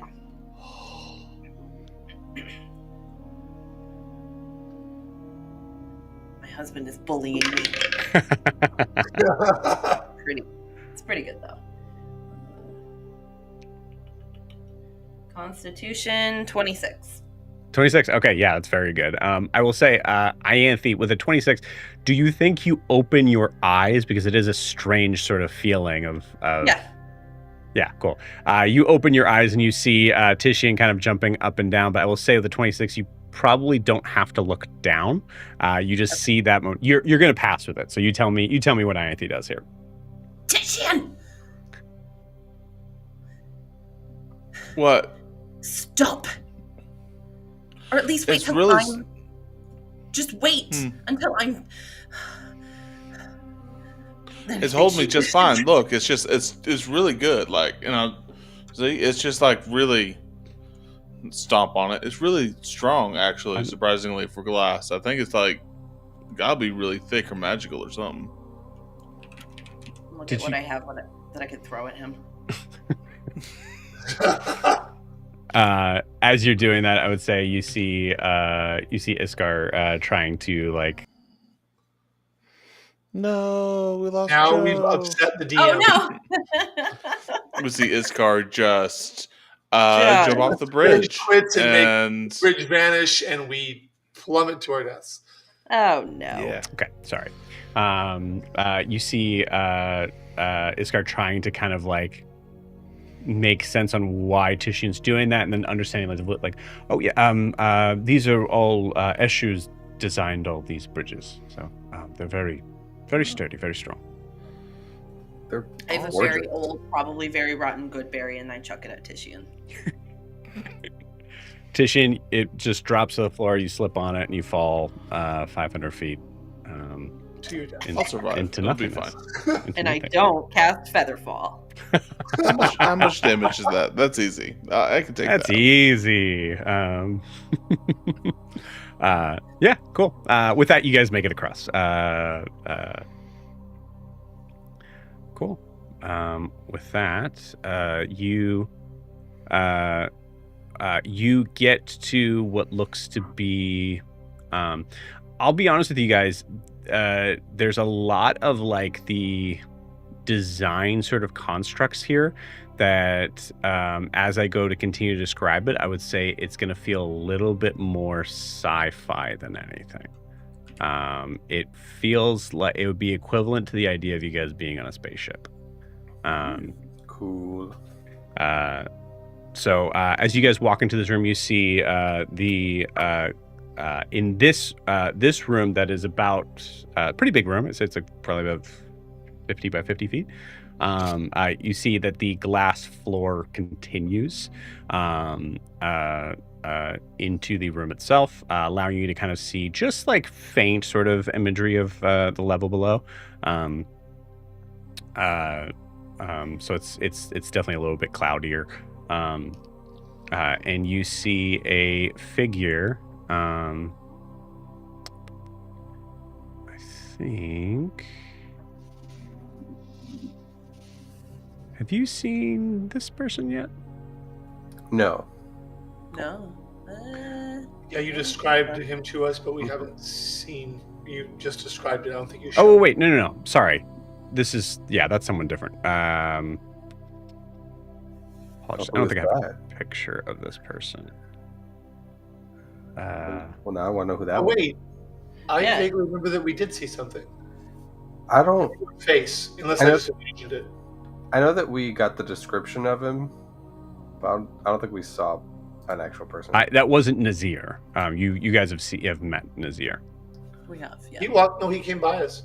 Yeah, he came by, but I don't think Joe has showed us a physical image. I don't think so. I didn't. I thought you did. I thought it was like just a face picture.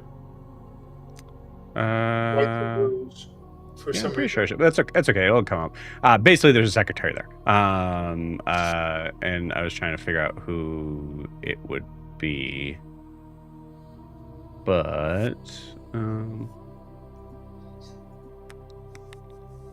have their name.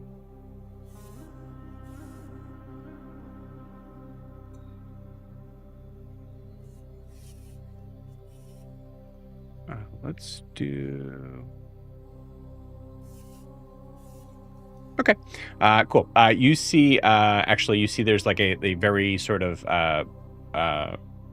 large stone, looking like stone sort of desk that is standing there, and you see it doesn't look like there's anybody there's anybody behind the desk until you get closer. And then you see, let's get K in here. Until you see a figure kind of like form from what you would eventually have seen to be an extremely sandy sort of floor, as a figure seems to kind of come up, seemingly made of like wind and sand. Hello. Hello. Hi. Nice to meet you. We're here to see the head speaker. Yes. We're the new people. Yes, of course. We're very excited. Would you just wait one moment, please? Of course. And you see them kind of disappear back into the sand, and then you see it kind of start to float away on the glass floor.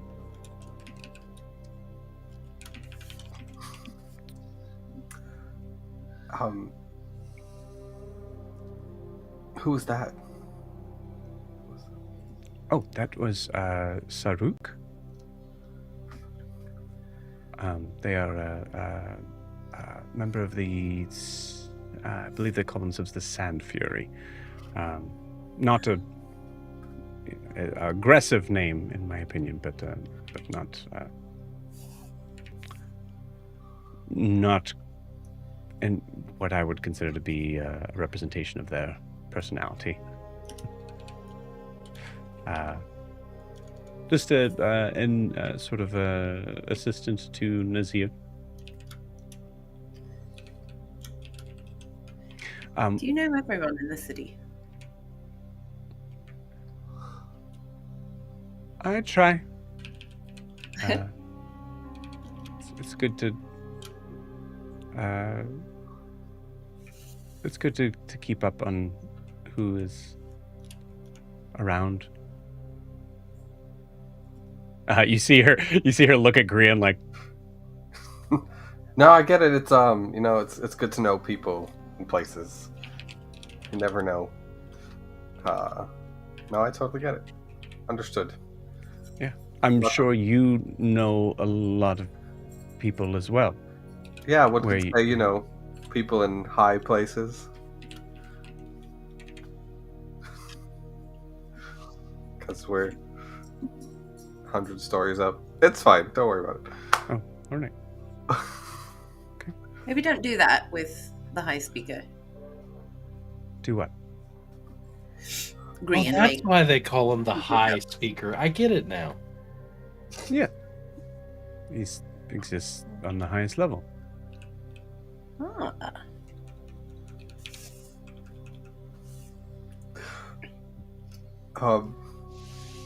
Is it a far office? I feel like she's been gone a long time. No, it's just past that door. Oh, do you think he's happy to see us? Do you think it's more of an inconvenience? It's just taking a while, so I wasn't nervous before, but no, I think he.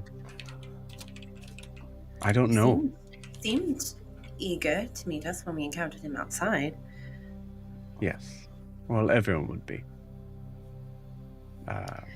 Because of who you are and who you represent. What you represent. Right.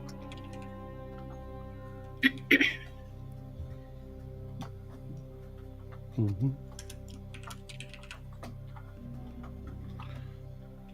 Another awkward moment passes. I just really love the awkwardness that is happening here. I feel like it's super realistic, and I appreciate it. Yeah, absolutely. Yeah. Yeah. I mean, is there anything we shouldn't say or shouldn't? No, why would there be? I just think sometimes it's worth knowing, like, don't bring up his kids if he hates his kids, or don't bring up, like, dogs if he's a cat person, or cats if he's a dog person, or don't bring up, like, I can't You remember. know. He either has chosen to not have any children or he has hundreds of children. See, and that's details that could matter. Because what if I got to remember 100 kids' names all of a sudden, and now I'm out of luck right Oh, now. who would expect you to... No. And they're all adults now with their own... what you would consider to be adults, I believe. They're all at least 14? 14 years? You consider 14-year-olds adults? Is that what you're telling me? And what? Is it 15? Definitely not 14 or 15. It's definitely not. Like 18, 20. Goodness. And Usually even that- then, they're kind of dumb. Oh, I see. A dean raises his eyebrow but does not look at Titian. Yeah. I will say, actually, a Deem you know specifically in Triton culture, it is actually closer to what Iskar is saying. I don't say a word. Yeah. I just let it go. Which is, I mean, obviously, it's not your culture necessarily, but it would be something that you would know. Well, that's why I left as early as I did, so I do know that. Yeah, actually, yeah, it's a good point. I love that. I think I really just want to throw in that if Titian is out here calling 20-year-olds dumb, Ada's just going to be like, homie, you're literally a child. Go off. No, I'm like 20 and a half right now. Oh, that might be useful to understand, actually, for all our sakes of just knowing how old we all are. If we go around and just make sure that we're all of age, or what our age is. Why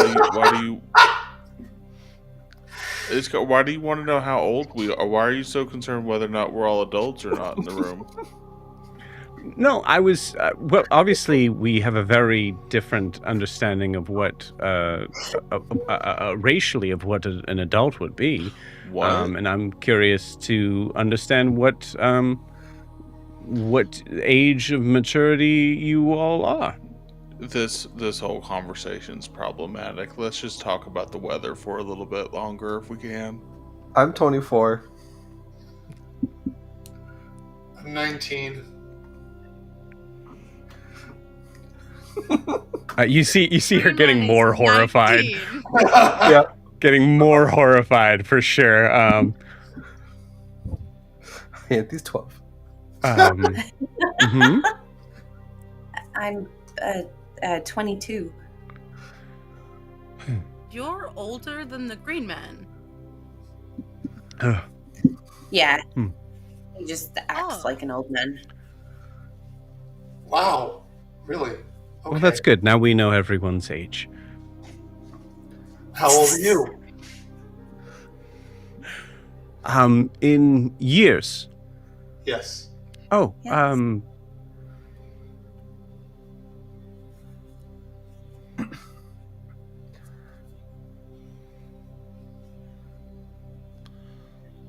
Gives a look of like, you clearly see like, what age can I say that would not be terrifying? I mean, if it's any consolation, I think my people live quite a long time. So. And different cultures suggest different times for being an adult. So what you said was much closer to the world of the Tritons under the water, whereas in the Leonin society, they obviously mature far. I look at Titian, far slower. So it's more like 20. You know, I can see why I can see why you would make that assumption, Green Man. But really, they mature around the same time as most everybody else. It's a singular case. I mean, my people live like 180 years, 200. So This is. And then, Hold on. Did you say 280 years? like 100 to 200 years, 180, 200 years. But I might also be part elf, so I don't know if that. and then they Me too. cease Me too. living. Yeah, and then they. So that would be Leonin considered only to be lived old. to be like. For my species, yes. For my people. Man, Leonin only lived to be like 60. That feels like we got the short end of the stick here. What's going on? Oh, It could be much worse. You could be an Aarakocra. They only live to about 30. And Jet goes on a list of like how old everybody usually makes it. Do you have anything on that list for Genasi or Half Elven? I believe that Genasi and half-elves usually live about the same as humans, maybe slightly longer or slightly... Genasi, who is a half elf. A Genasi, who is also a half-elf. Both of our parents were elves. Our father was a genie, a Merid. Yeah, we're sort of uncharted waters here, forgive the pun. One moment, Jet pulls out a piece of parchment and begins doing like a math equation. Yes. Oh, please. You see Saruk come back at this, and you see Iskar just give a full, just like, oh, thank God, sort of moment. As you see Saruk come out and just. It seems that High Speaker Nazir is ready to see you now. Thank you. Thank you. Can I walk by Iskar as we go in? Yes. I just very quietly and primordial say, still wondering, as I keep going. You see her eyes just get wide as she's staring at a spot in the floor. I'm going to wait out here if that's okay. Just there might be things that that only the High Speaker can discuss with you. Oh. I mean, does he speak common? Are we all going to be able to communicate with him? Oh, you'll see. That's not helpful. It's not okay. Sure. I can translate for you too.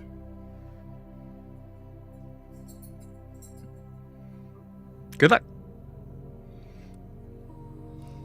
And you all walk through. As you walk through, you see there is a space here that on the back end of the wall is about, I say about 10 feet high, but maybe like 30 feet wide sort of window going out to what looks to be essentially it's facing south. So you see pretty much this large expanse of what takes you a moment to recognize all of North Imea. You see there are a lot of like furnishing sort of things that are around here. All seem to be made of that sort of strange, dark, smoky material where there's like desks, and you see like even like portraits that are put up on the walls that are around here. All seem to emulate that same sort of smoky sort of texture. As you see a figure that is standing in front of one of those smoky desks, and it is High Speaker Nazir. That's who we saw last time. Yeah, you're right. We did see that. Right. Can I ask you a quick clarification question? Mm-hmm. We are seeing the actuality of all of North Imea. From a distance, but yeah. Perfect. Wow. I like you can throughout this entire thing, so I want to interrupt whatever is about to be said. Adim is taking out his book and drawing a North Imean map. Just very like, oh my god, no one has had this view outside of this building. Hell and yeah. I owe that map maker a map. Yeah, Miles. Yeah, absolutely. Yeah. So I am just taking it all down. Okay. Beautiful. I'm just like, yeah. Uh-huh. Absolutely. You all hear a voice in your head as the High Speaker Nazir says, "Finally, welcome." And with that, we'll take our 10-minute break. We'll see you guys in 10.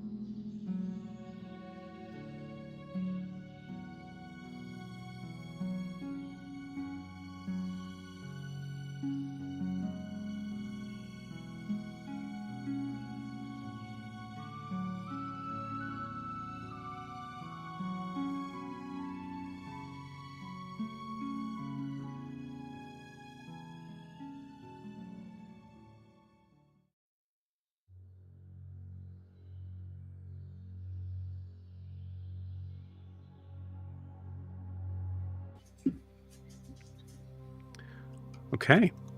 So, all of you are... actually, I'm going to change the music a little bit here. I think it's this one.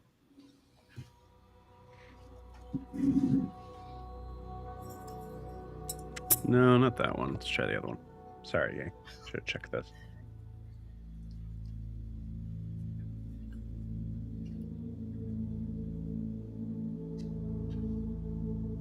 Yeah. I thought we were out of this damn forest.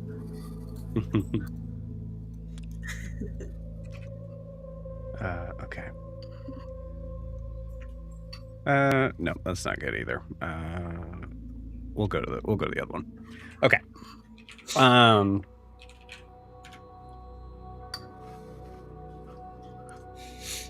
As you see this figure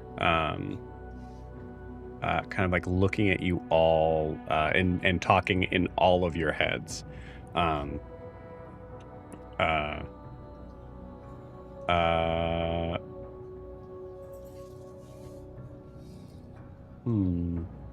Yeah, now we're probably still pretty early in that. Any point you guys want to make like an insight check or anything like that, just go for it. All right. Yeah. Well, I am overjoyed to have you finally able to join us on this side.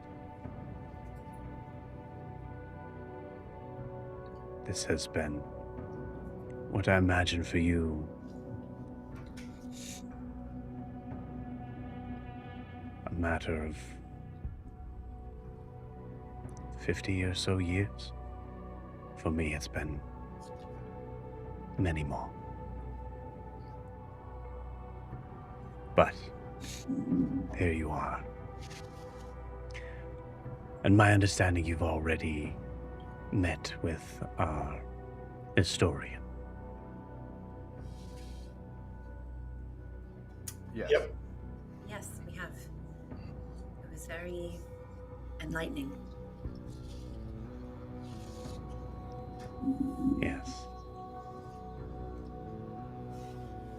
Well, first off, I just want to say welcome, and my name is Nazir. High speaker Nazir, but for you all, you can just call me Nazir. There are Dean much... just puts his head a little bit because Nazir means something. You're disappearing. Oh, I'm sorry. Nazir means something in Primordial, so when he says that, he says, "You could just call me Nazir." Dean just tilts his head and nods. Mm-hmm. Yeah.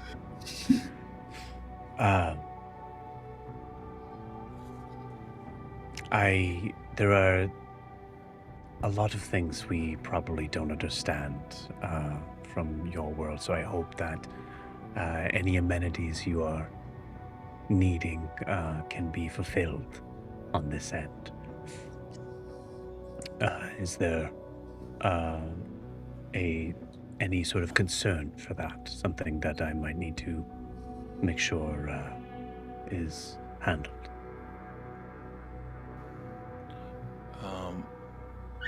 Yes, when we first came in, Iskar said there were no pubs or taverns in town. I see. And we require alcohol while we're here. We don't require it. No, we just we like don't. it. We do require food. They usually go hand in hand. Yes. Food, yes, I am familiar with that. The alcohol is used to purify the food, make sure it is good for consumption. It's Purify, ceremony. loosen one's nerves. those kinds of things. Multi-purpose. I see. Well, I will see what I can do.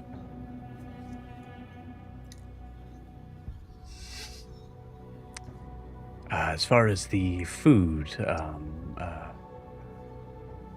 there are some of us that do require some sort of sustenance, although most of it is not for any sort of organic materials. There is a forest that is close by.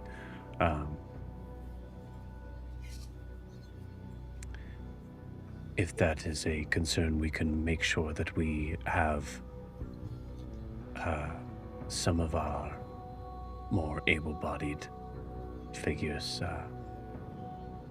hunt and kill some animals.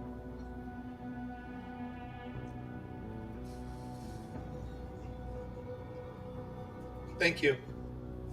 Since everyone is stunned into silence. Yeah, I don't know what's talking. Adim also looks over at Grian and Ianthe, and then back to his map, and then looks back up and says, I think we're also looking to shop for clothing and things like that, if you have those here.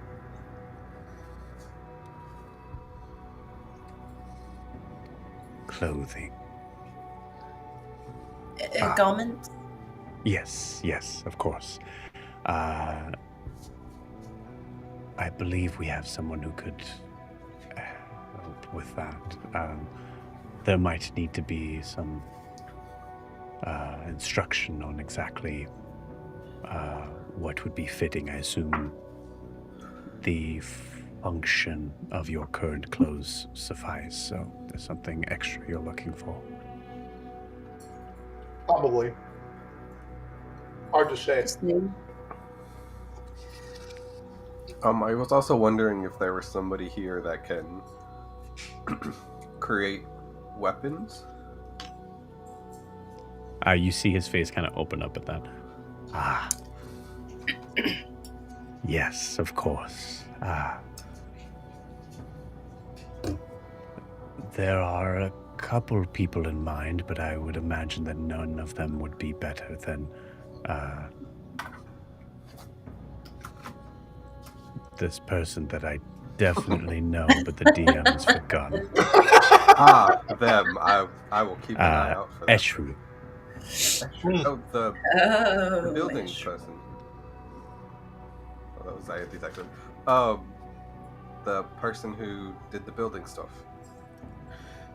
Yes, she is very skilled with forming and creating. I will keep an eye out for her. And knowing what it is for, please believe me, there will be no need for trade.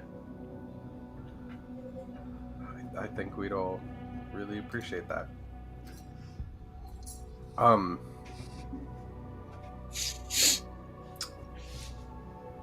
Words fail me right now, but Iskar said you've been here a while. Since before the fall? Before the crash? Yes, I've been here for a while.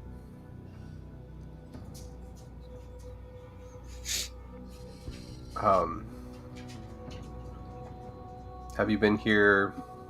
Were you here when the Primordials reigned?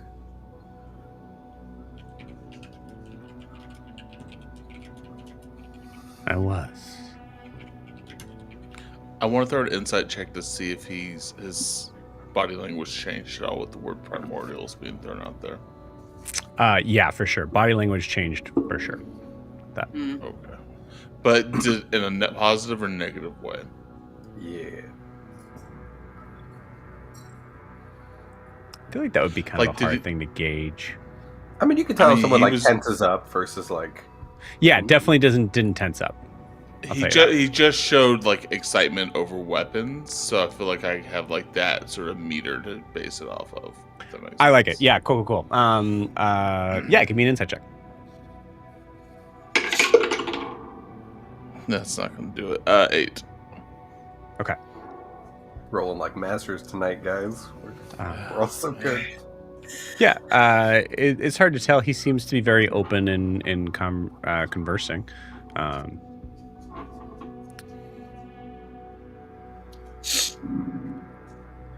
Yes, I was here when I was not available when decisions were made, but I was birthed, created during that time.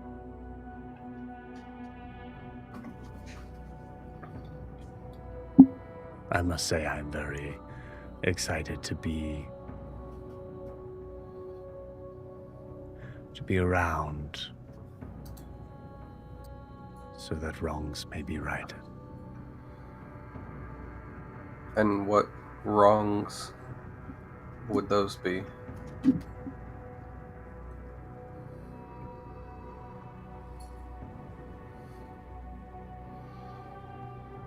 Did Cerilius not tell you? He told us a lot, so... And we know some. Well,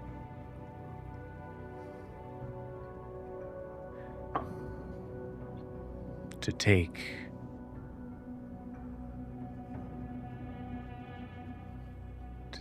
the Creator's hand and bind it over what was clearly a misunderstanding.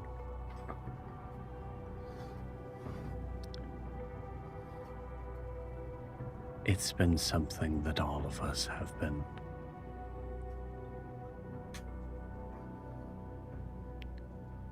waiting to be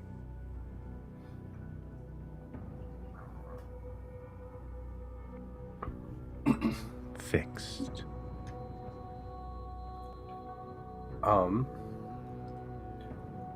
If that problem was to be fixed...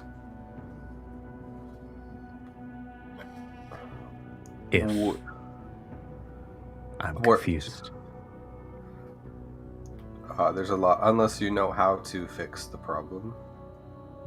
That's perhaps Cerilius has gotten old in his years, and that is why you're here.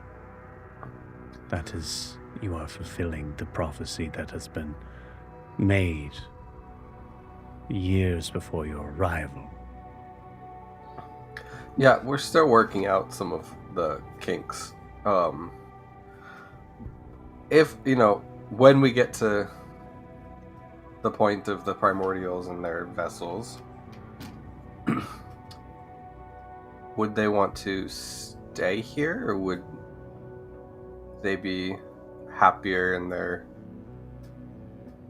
original planes?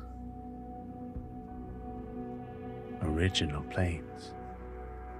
Do they not come from the planes of water and fire and earth?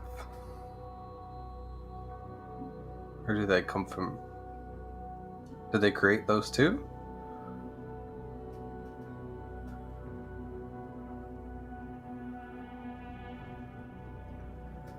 It appears your historical documents are missing a very grave error. They're missing a lot. The creators created this world. It was only after they were banished that we were forced to create our own.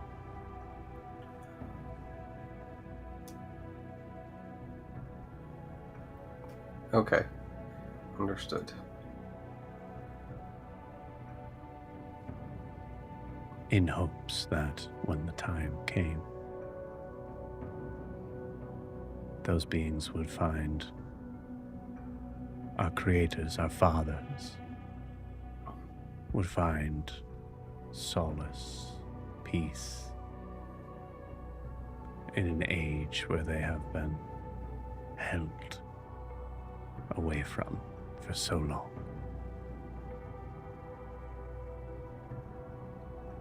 Do you know how to break them of their chains?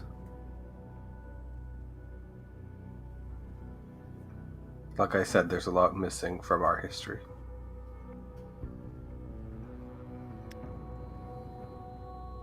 Yes.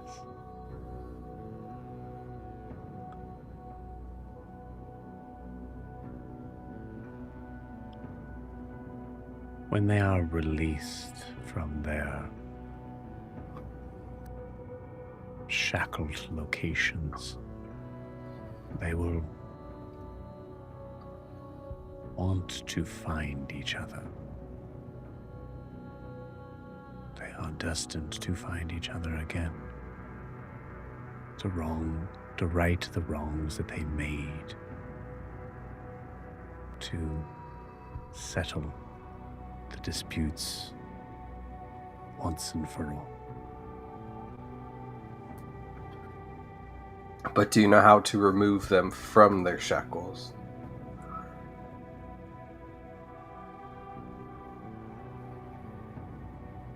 There are two ways that I know of. One is to allow them to meet in their current forms. While that is difficult, I believe that fate has left the Fissure Heart here for us to be able to break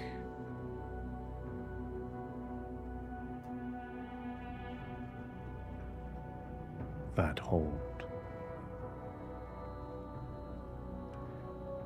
I must admit it is obviously not a tested theory, but the assumption is that is why the Fissure Heart still exists. Was it created at the time of their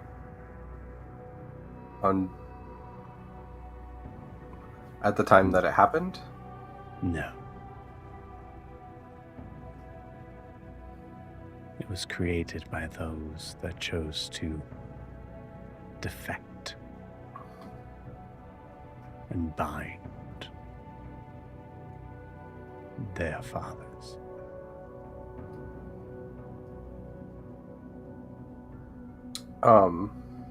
Okay. I mean, part of testing that theory would be to have one of them with us. Is there anything that you might have that could help us find them? The Fae are tricky. So if we could help narrow it down. I must admit you have me a little at a loss. But to be clear, the prophecies have not been very clear on how we facilitate your quest. I will think on this and see if there is something that we may be able to build on the other side to help to locate and bring home our creators. That would be extremely helpful, and I think we would all be very appreciative. When we run across them, do you happen to remember their names at all? Okay, I'm trying. Do I remember their name?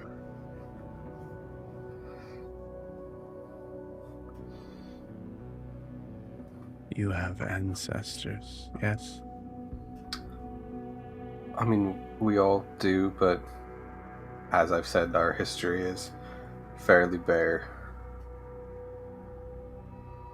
Would you ever forget the name of your father? I would not.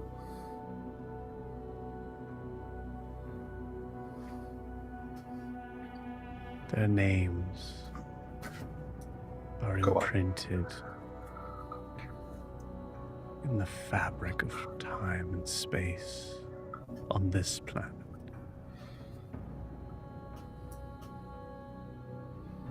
I see them behind every blade of grass, every drop of rain.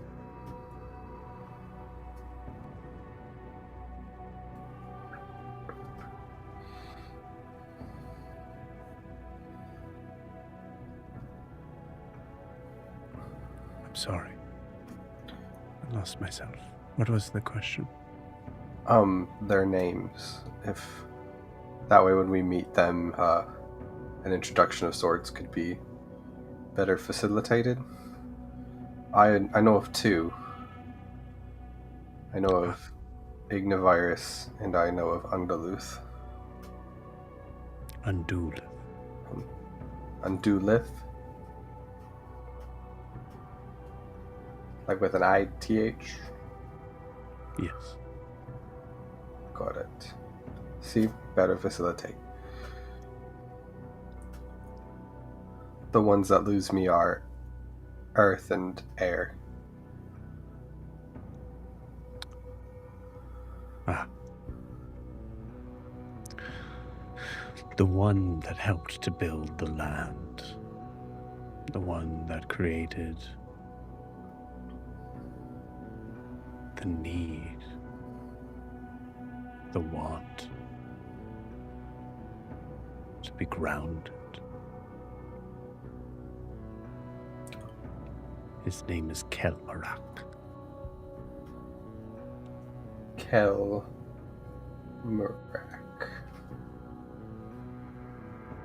Adim. Kelmarak means world tether.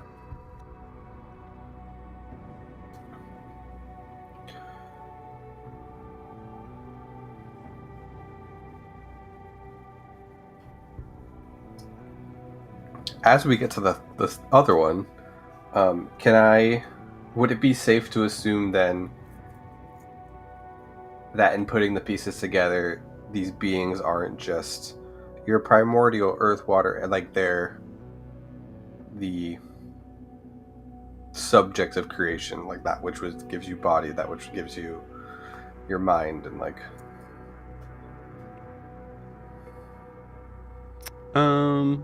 just the way you described it seemed like they were more than just elementals. They were Yeah, more. I mean they're the elementals that, according to legend, made the world and everything in it. So therefore, does that make sense? Yeah. Let me look up for air here.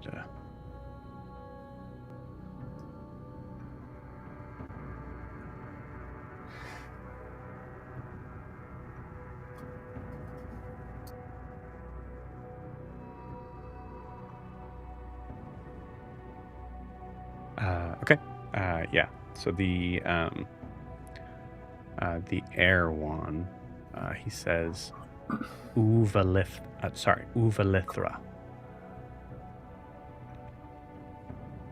Uvalethra.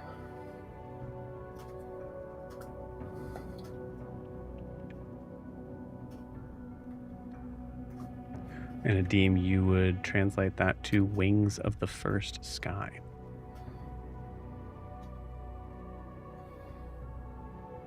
Hearing him say them, do I have translations for the first two?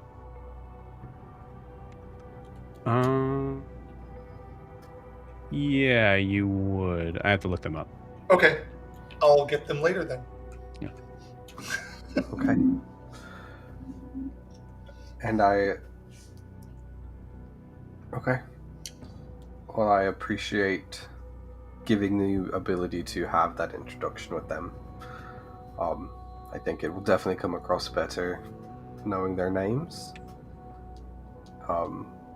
than just saying hi. Thank you. Is there anything else I should know about them before we find them?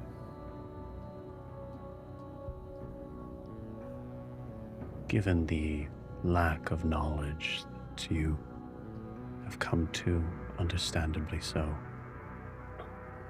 I would be remiss in not expressing to you the utmost care in how you present yourself to these figures. There is no higher being to respect. Is there an ancient form of greeting? Like nowadays we have a proper bow? Is there like a take a knee? A bow makes sense. Anything that will show a level of fealty. Got it.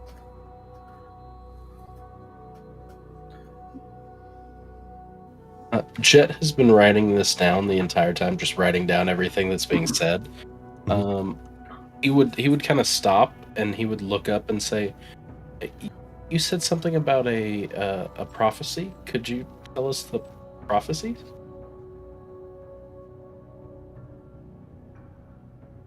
Well, that's why you're here, is it not?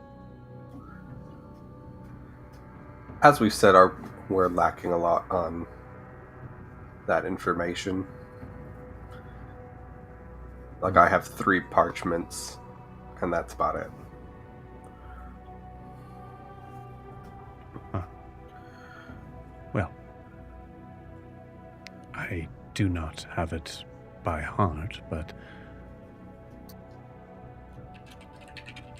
I do know that prophecy states that those that were born from some translations would call it sin, but we're not aligned to any celestial. Those that were born from the axe of binding would be the ones that would release once given the proper path. You are of that world. We are the path.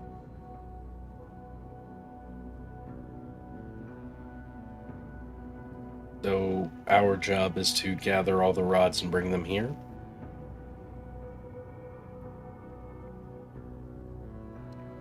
Your job is to meet the makers and to do what is necessary to make them whole once again.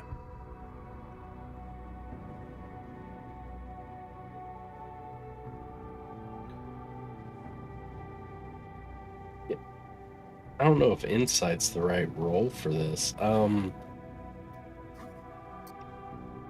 Does this seem like, because each of the rods is dangerous, right? So does this sound like setting them, if you were to bring multiple here and set them free, which is kind of that's what the people here want. Do I get the sense that it's like, just in my mind, is that a good idea?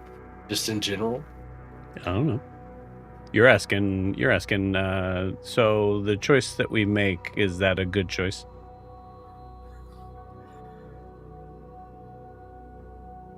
I can't answer that. So is it, I guess, kind of like along that lines, is it pretty much inferred that like the thing that happens when you get more of one of them together is that they do break their chains, and Yes. it's not like According to city the blows up, like it's according to they the spurt. book, basically you're able to choose who comes forth out of it, out of the 3 that you bring together. If at least 3 are brought together, then you're able to choose to release one of them. Got it. That's Which the is book one said, method.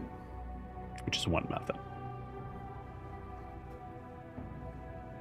The other method is to bring them here and to let the what is the heart? What's it called? The Fissure Heart. Fissure Heart separate them. Yeah. He believes that to be why it is still here.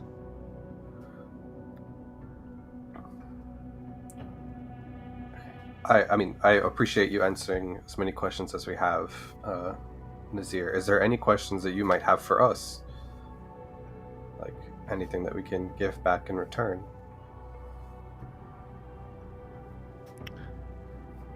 Well, I am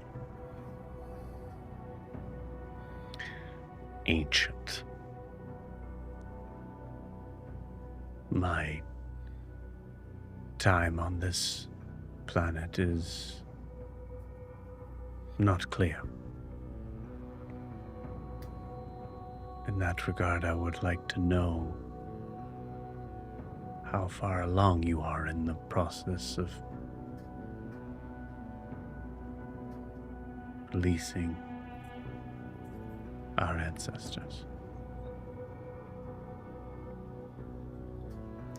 Can I insight check? Like, does he seem very like eager, like concerningly excited about that?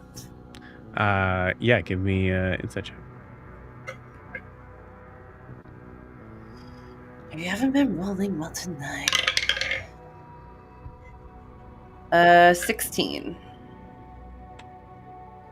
Yeah, very eager for sure. I'll say that 16 is enough to recognize Iskar kept wanting to know how that conversation went with Cerilius, like wanting to know what you had discovered. You feel like there might be that eagerness seems to be matched here. Okay.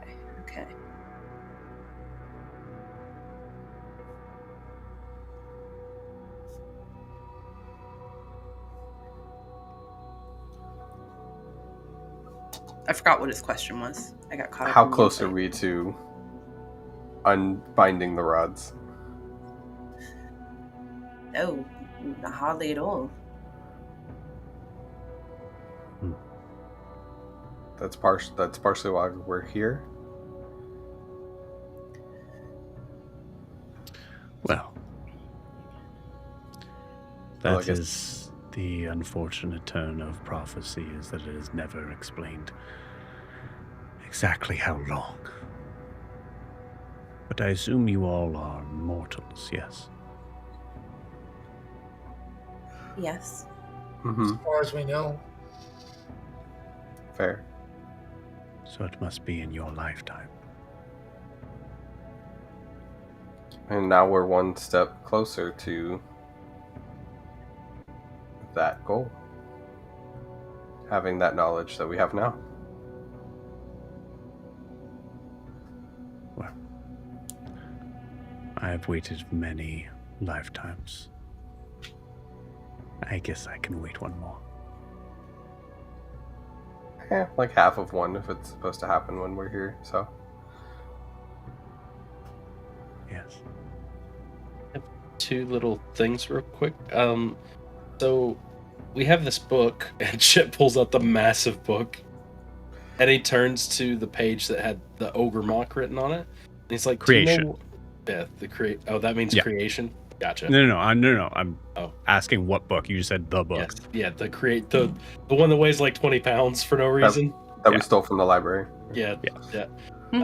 And he would just like to like point out the word ogremok and like say it and be like, do you know what this word means? Because we assumed it was one of them. Interesting.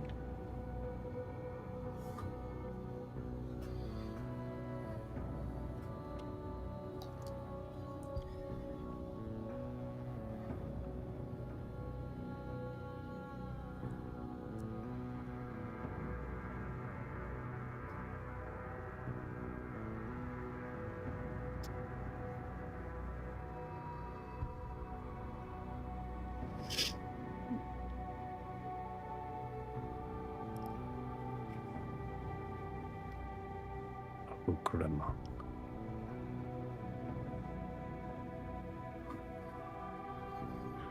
Ugrimachus would be the hollow core.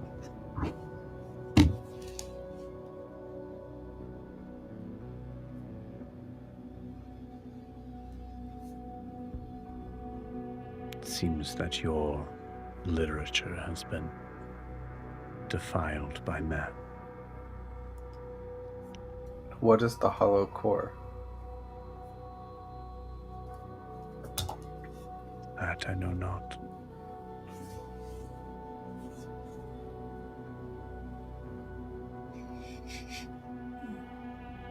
Okay. But my other thing was, we do.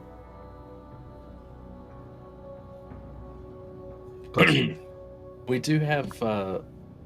We know of potentially 2 of the rods, and we know where one is. Do we need to bring them all at the same time, or can we bring one at a time?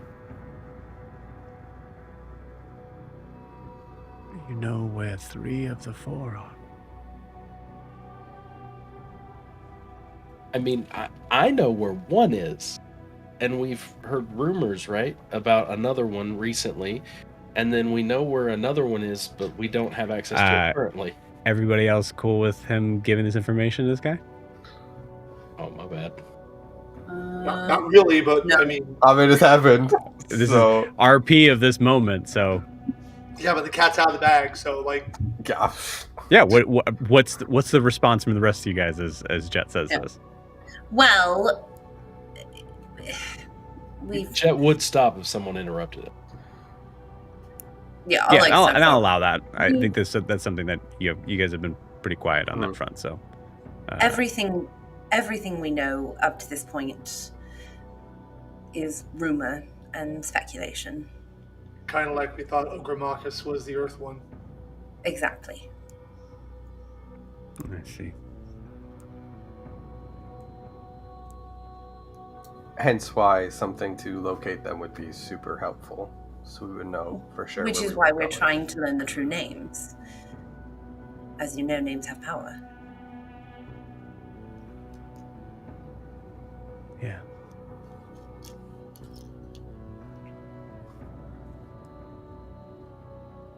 Well, I hope that your assumption is true, that you are closer to 3 or 4.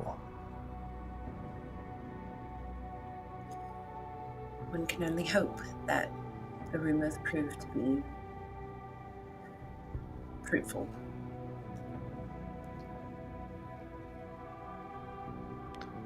Then in that case, I have only one other question.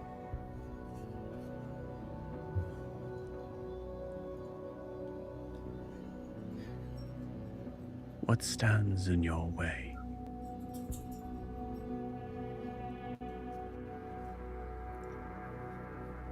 Of finding them? Yes. There are a number of entities also seeking them. It's also a very large world.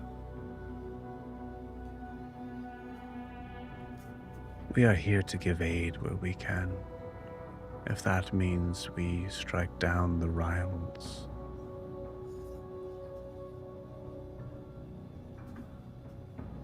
We will do, we must. I'm waiting for one to help with Hasamal. Just like, Yeah, Titian, you hear that and you're like, I imagine there's a piece of you of going like, oh, there's a card to wipe out the roar with. I was even thinking the family, but I'm not going to say it. That's where I Yeah. was. I was thinking. You guys wanted allies. I was thinking Grincelli. You guys wanted allies. we have a number of enemies. That's great to say. Yeah, that's telling.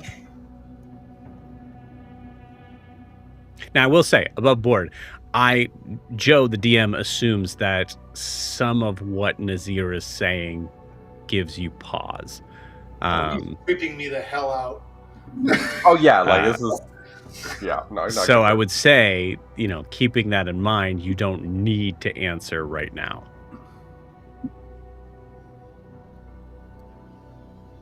I mean, I'll just speak for Titian. I think I'm just sitting reserved in the back of the group with all this. I mean, Grian's taking all that.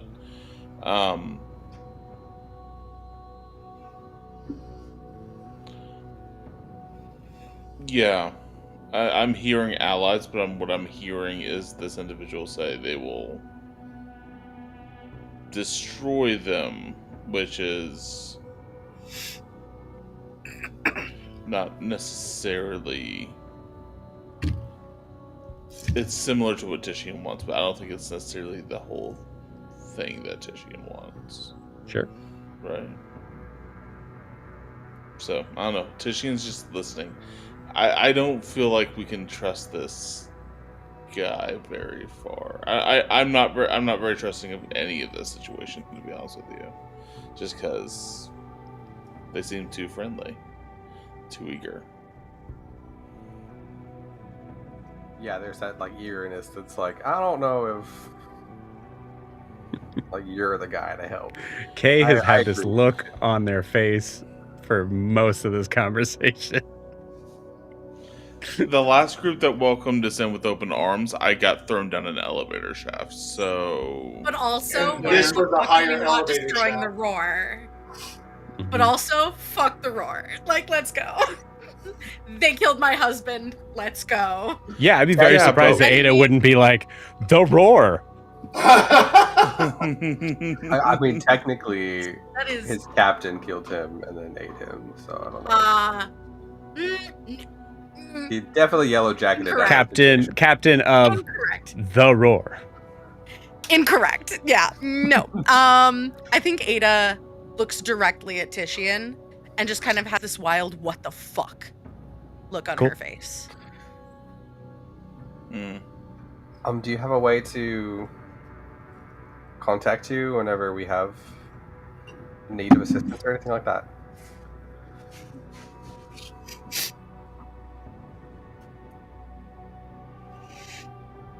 Nice way of being like, I'll take your card. Are you not wanting our help? I'm not sure if we need it this very second, but if we need a call to aid, We definitely welcome your help. We're just not sure where to start. Ianthe, roll me.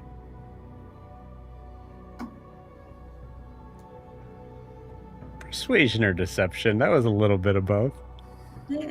I'll allow you to choose.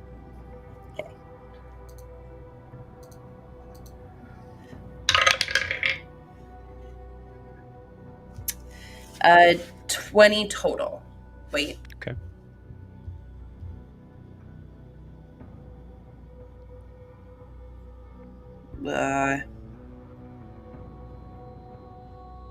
Yes, 20 total. Okay.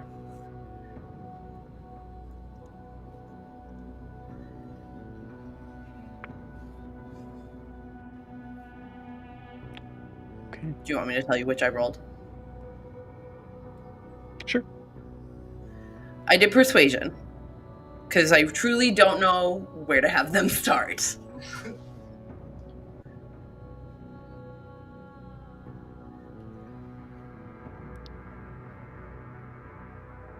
Very well.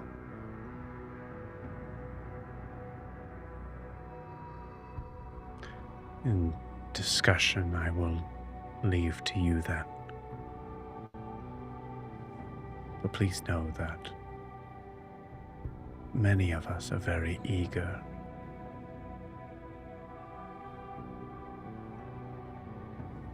to be of service in this end of wrong. I would like to throw an insight check. Sure. What are you trying to insight? I want to know how bloodthirsty this man is. Can I help him? Because I was gonna say something, and maybe I'll give him help. Sure. And please know that we are just as eager to be of service to your great city.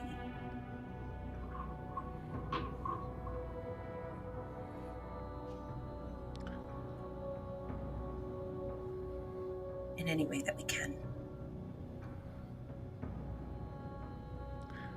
That is appreciated, but with all respect, unnecessary. We have more than made do with what has been presented to us. Very well. Right. That may not have helped. I'll let DM decide if that helps or not.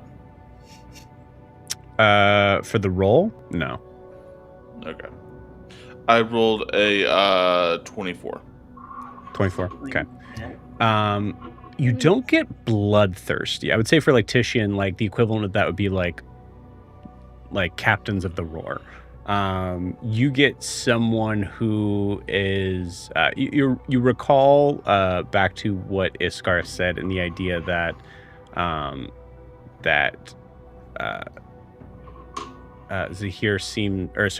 Nazir seems very weathered.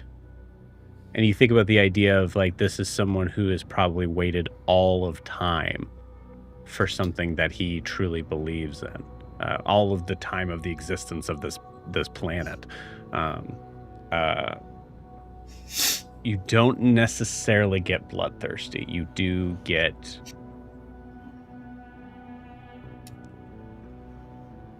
justification.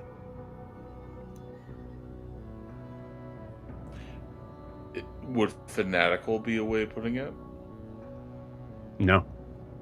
Oh. No. I don't think his viewpoint. I don't think even Titian would see his viewpoint as fanatical. Passionate, yes. Okay. Joe, can I ask a question? No. All right, bet. Go for it. So, if I have to roll for this, that's fine. Okay.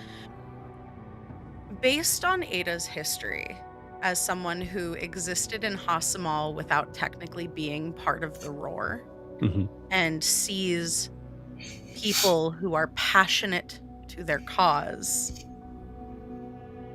like almost dangerously, is that the vibe she gets? That this is like his life's work? Like, or I mean, that's not quite right, but that like, I mean, like, Ada doesn't have context for this, but I mean, like, Kavish. So, like, passionate about the thing that he was searching for. That willing like, he's not to wrong. sacrifice own To personal throw Tishian person. off of the cliff. Yeah. Yeah, Exactly. which was not what he wanted to do. Yeah, give me an insight check. Bet.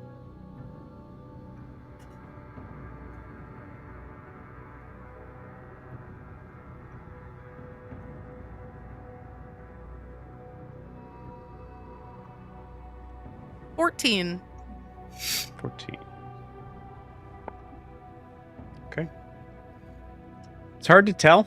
This guy is very kind of like his whole body is very ethereal sort of looking. So I'd say even like the facial sort of features, it's hard. The most you can get is more from the tonality of his voice than anything. And that in and of itself is strange because it's happening in your head.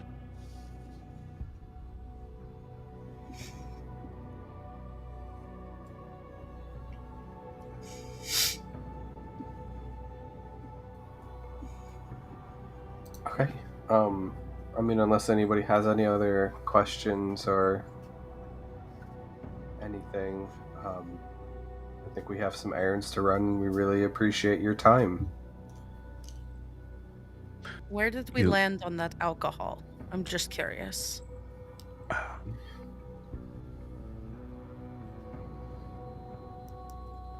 It will be a difficult process for us to find, but we will try our best. Please, don't trouble yourself. Or do. We'll be Do would be fine as well. fine.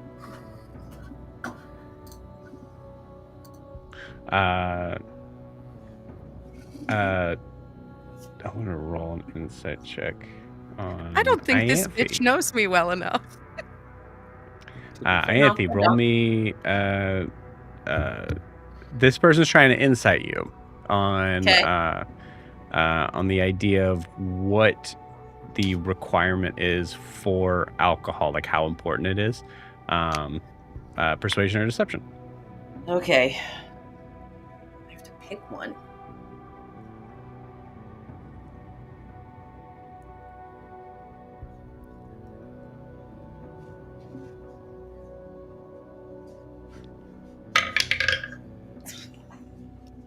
Oh no.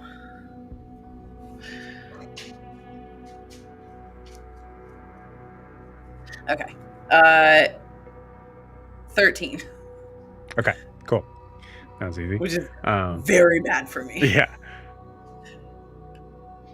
Am I to understand that this is something that would be considered to be a high luxury in your world? I mean, is water a luxury? That's No. concerning. I mean, depending on the city. Then no.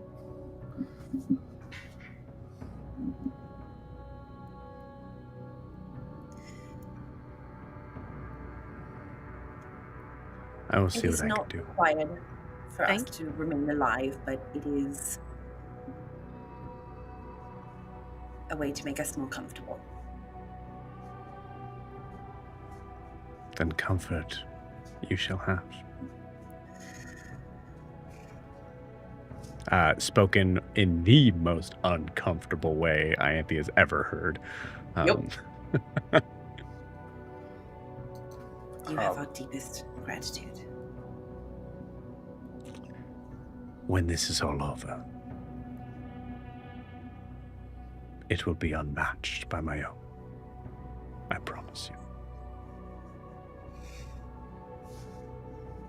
Then I look forward to this being over.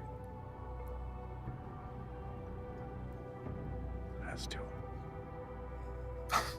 Okay, guys. It's nice playing with you too.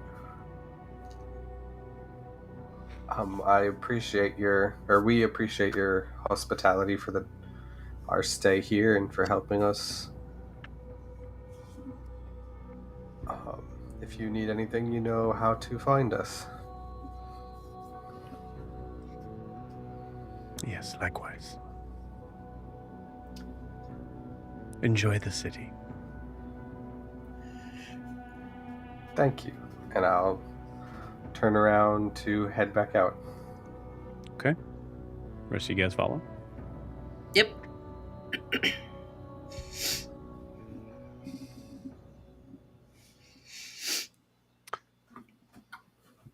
You see Iskar, as soon as you guys walk out, you see Iskar is trying to read looks on all of your faces. What do your faces say? You can choose.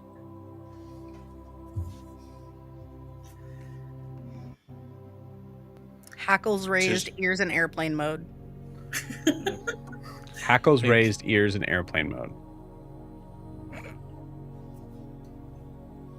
It means the cat is uncomfortable. Gotcha. Like, Thank you. on the Mm-hmm. more angry side. Oh, right, you're a dog person. Right. Tishian's deep in thought.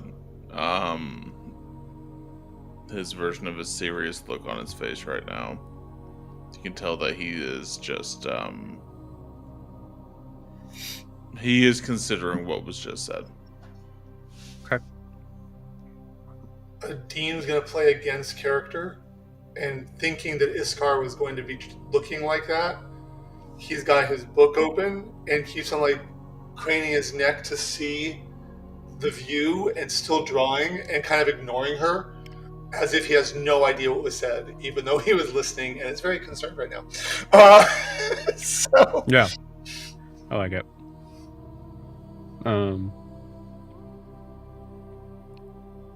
Oh, I forgot. Deem, roll me a perception check. Aye, Captain. One moment. Maybe one moment. Where's the Dean? There he is. Perception. 10. Okay. Roll better. I'll give you God. advantage. No, You we're were there all- for a minute. I'd love to. Okay. Does it help that I am proficient in cartography tools and navigator's tools? No, this is... Damn. Okay. Yeah. I just thought, please. What's that? So I rolled a 6. 10. You know me and my rolls, Joe. I can't.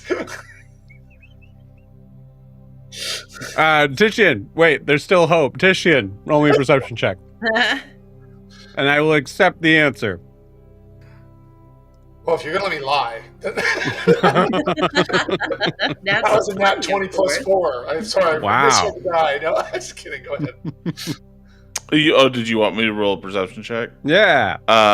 22. Yeah, baby. Thank you. Adim, you're drawing all this, but I will say, like, it does actually kind of makes it more sense that Titian would recognize this than anybody else. Okay. In the distance, the far distance, you guys see, mountain ranges. You see, like, endless sort of plains of grass. You can actually even see, like, in the far, far, far distance, what looks to be probably the forest where the family would be at.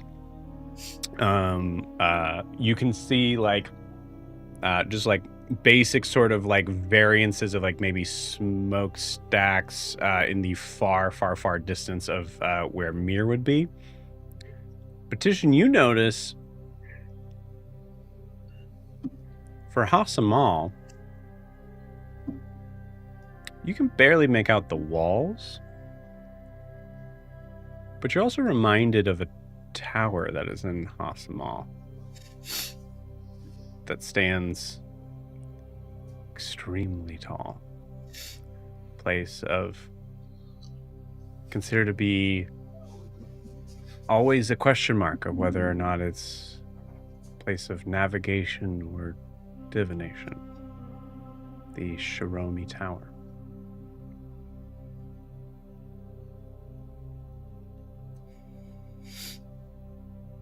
Okay. All right.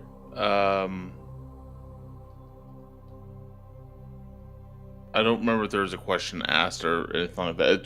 This is just gazing over the landscape. Nope. Yeah. Fuck it. I see the tower off in the distance.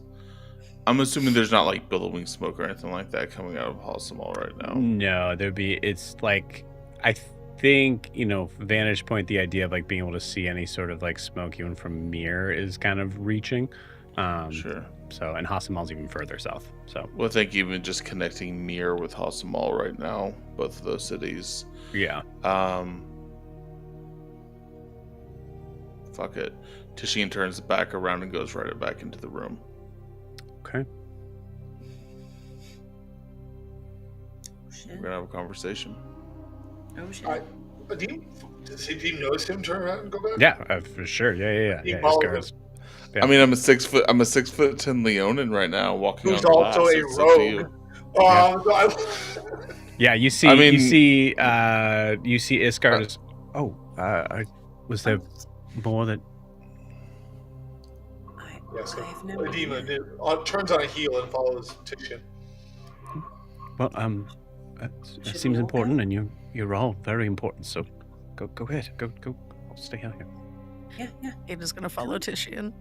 Yeah, we'll all go in, like scurrying after him. And then starts Remind me what this fella's name is, Joe. It's Nazir. Idril Nasir. Nazir. Yes, thank you.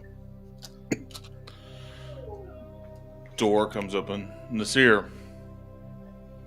I've made up my mind. I need to talk to you about your support. I am, as you, I believe you say in your world, all ears.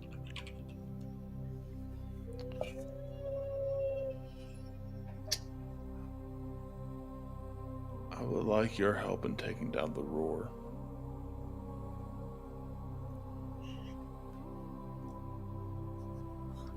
A team kind of goes off the page and goes, okay.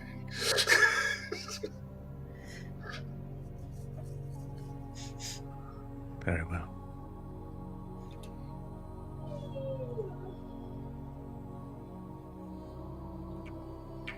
I must admit, the name is somewhat familiar, but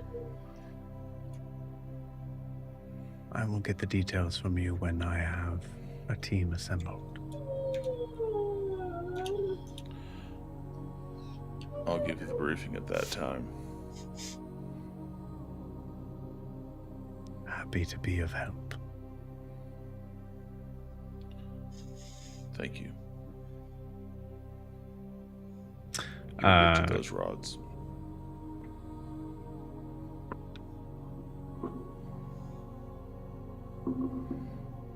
Okay. Cool. You guys walk back out? Yeah. Yeah. I guess. I mean, Yeah. the DM just rolled behind the screen, Joe. Hey, Joe, the DM just rolled behind the screen. What does that mean, though, Joe? All my rolls are behind the screen, man. If I'm in we're front of a walking computer. out,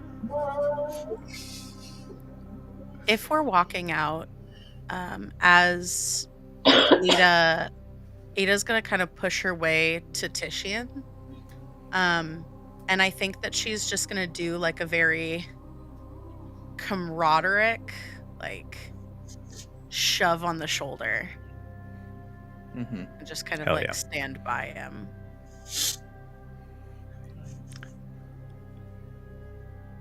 Titian will take that and just stand a little bit taller. Well,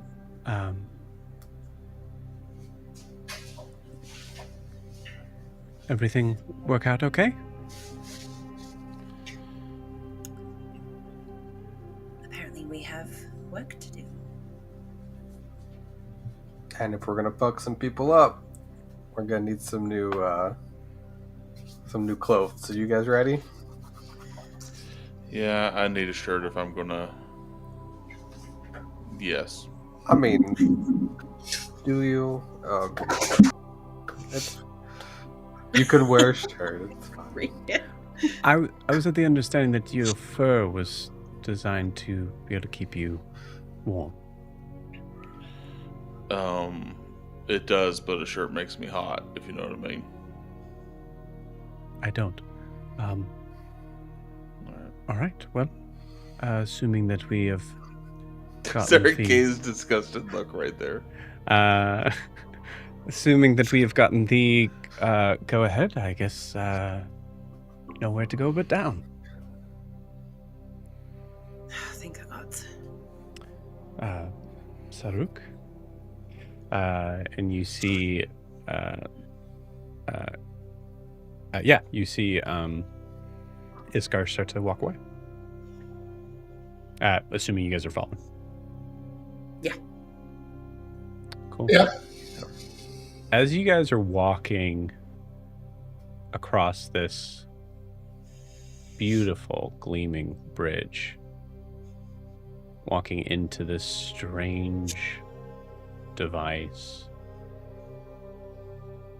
coming back from a conversation with a creature that seemed to exist almost transdimensionally. I'd like to know what is on your minds in this walk back to the elevator. We'll start with Ianthe. She's just flashing back to Alyssa and stressing about the fact that For a brief minute, I thought we had somewhere safe for her to go, and now I don't think we do. And so there's a little bit of panic of like, what the fuck are we going to do with this kid? Because there is nowhere we can take her. Okay.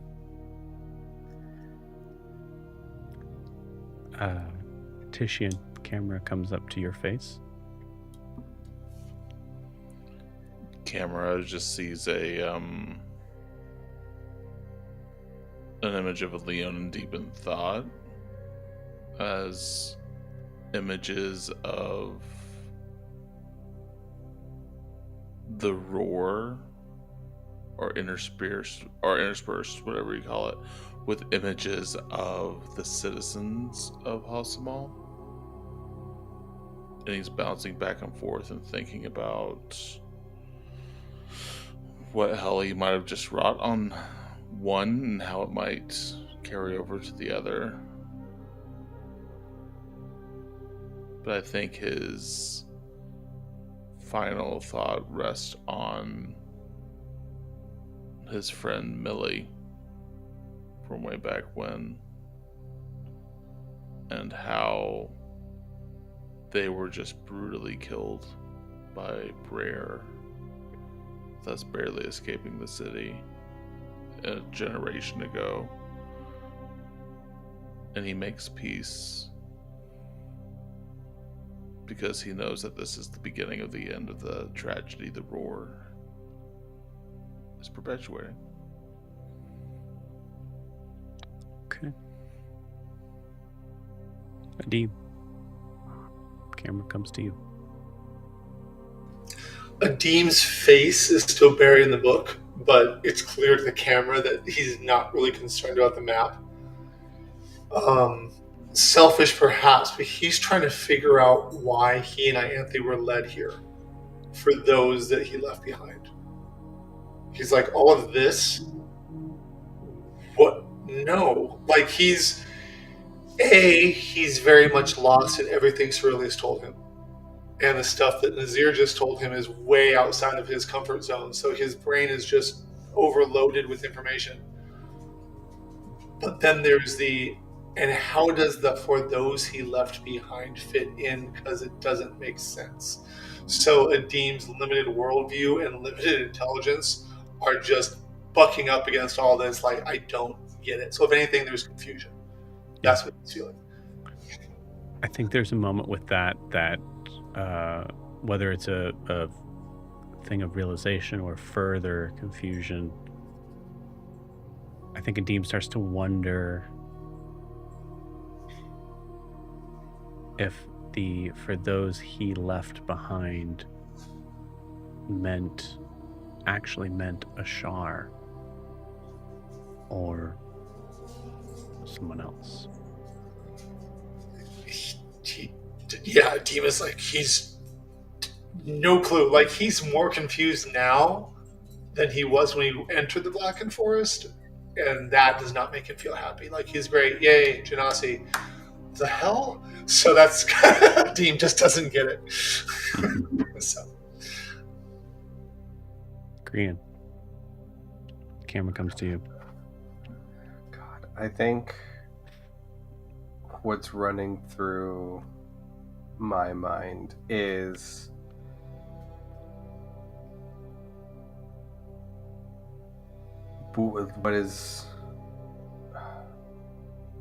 what's the right choice? What's the end choice?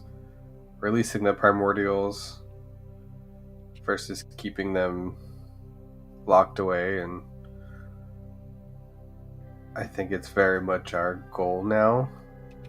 And so it's just a matter of deciding what is going to be the right choice.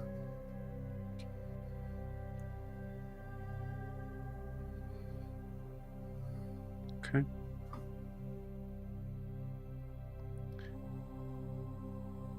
Chat. Camera comes to you. Originally, I think Jet would walk out with like a face kind of like furrowed brows and confused. But I think he's kind of very stoically like looking forward because he's thinking of Alyssa and separating the rods, and that's been his goal, and this is the way to do so. To give the little girl a little bit of a life where she doesn't have to be hunted all the time.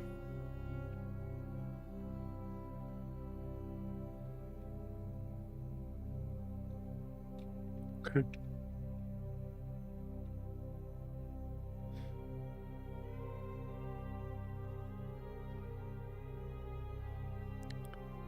The camera comes to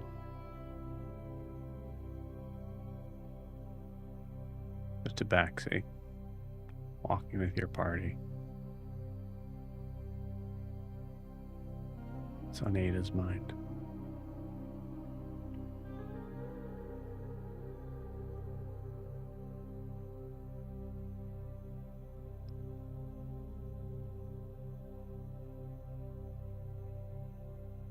I think for a moment, triumph. She's got like a wicked grin on her face at first. Just, I think the idea of the roar having something they aren't prepared for makes her happy. But I also think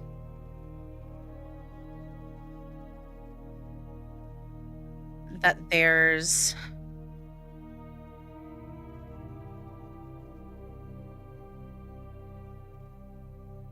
fear in, like, I think her tail is twitching, and I think she kind of looks around at the party that she's with.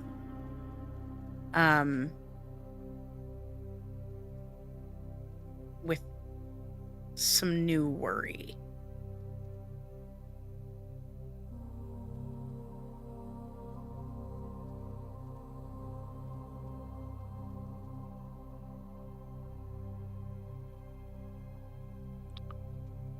As we see Ada have this sudden change.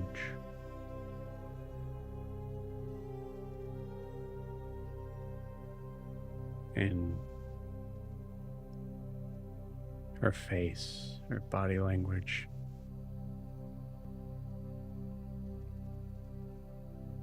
We see all of you turn in the elevator facing Nazir's office.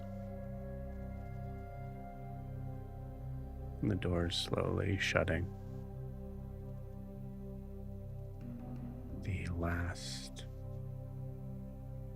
face we see is Ada's. Concern. Fear. And with that, we'll end tonight's session. We'll see you guys next week.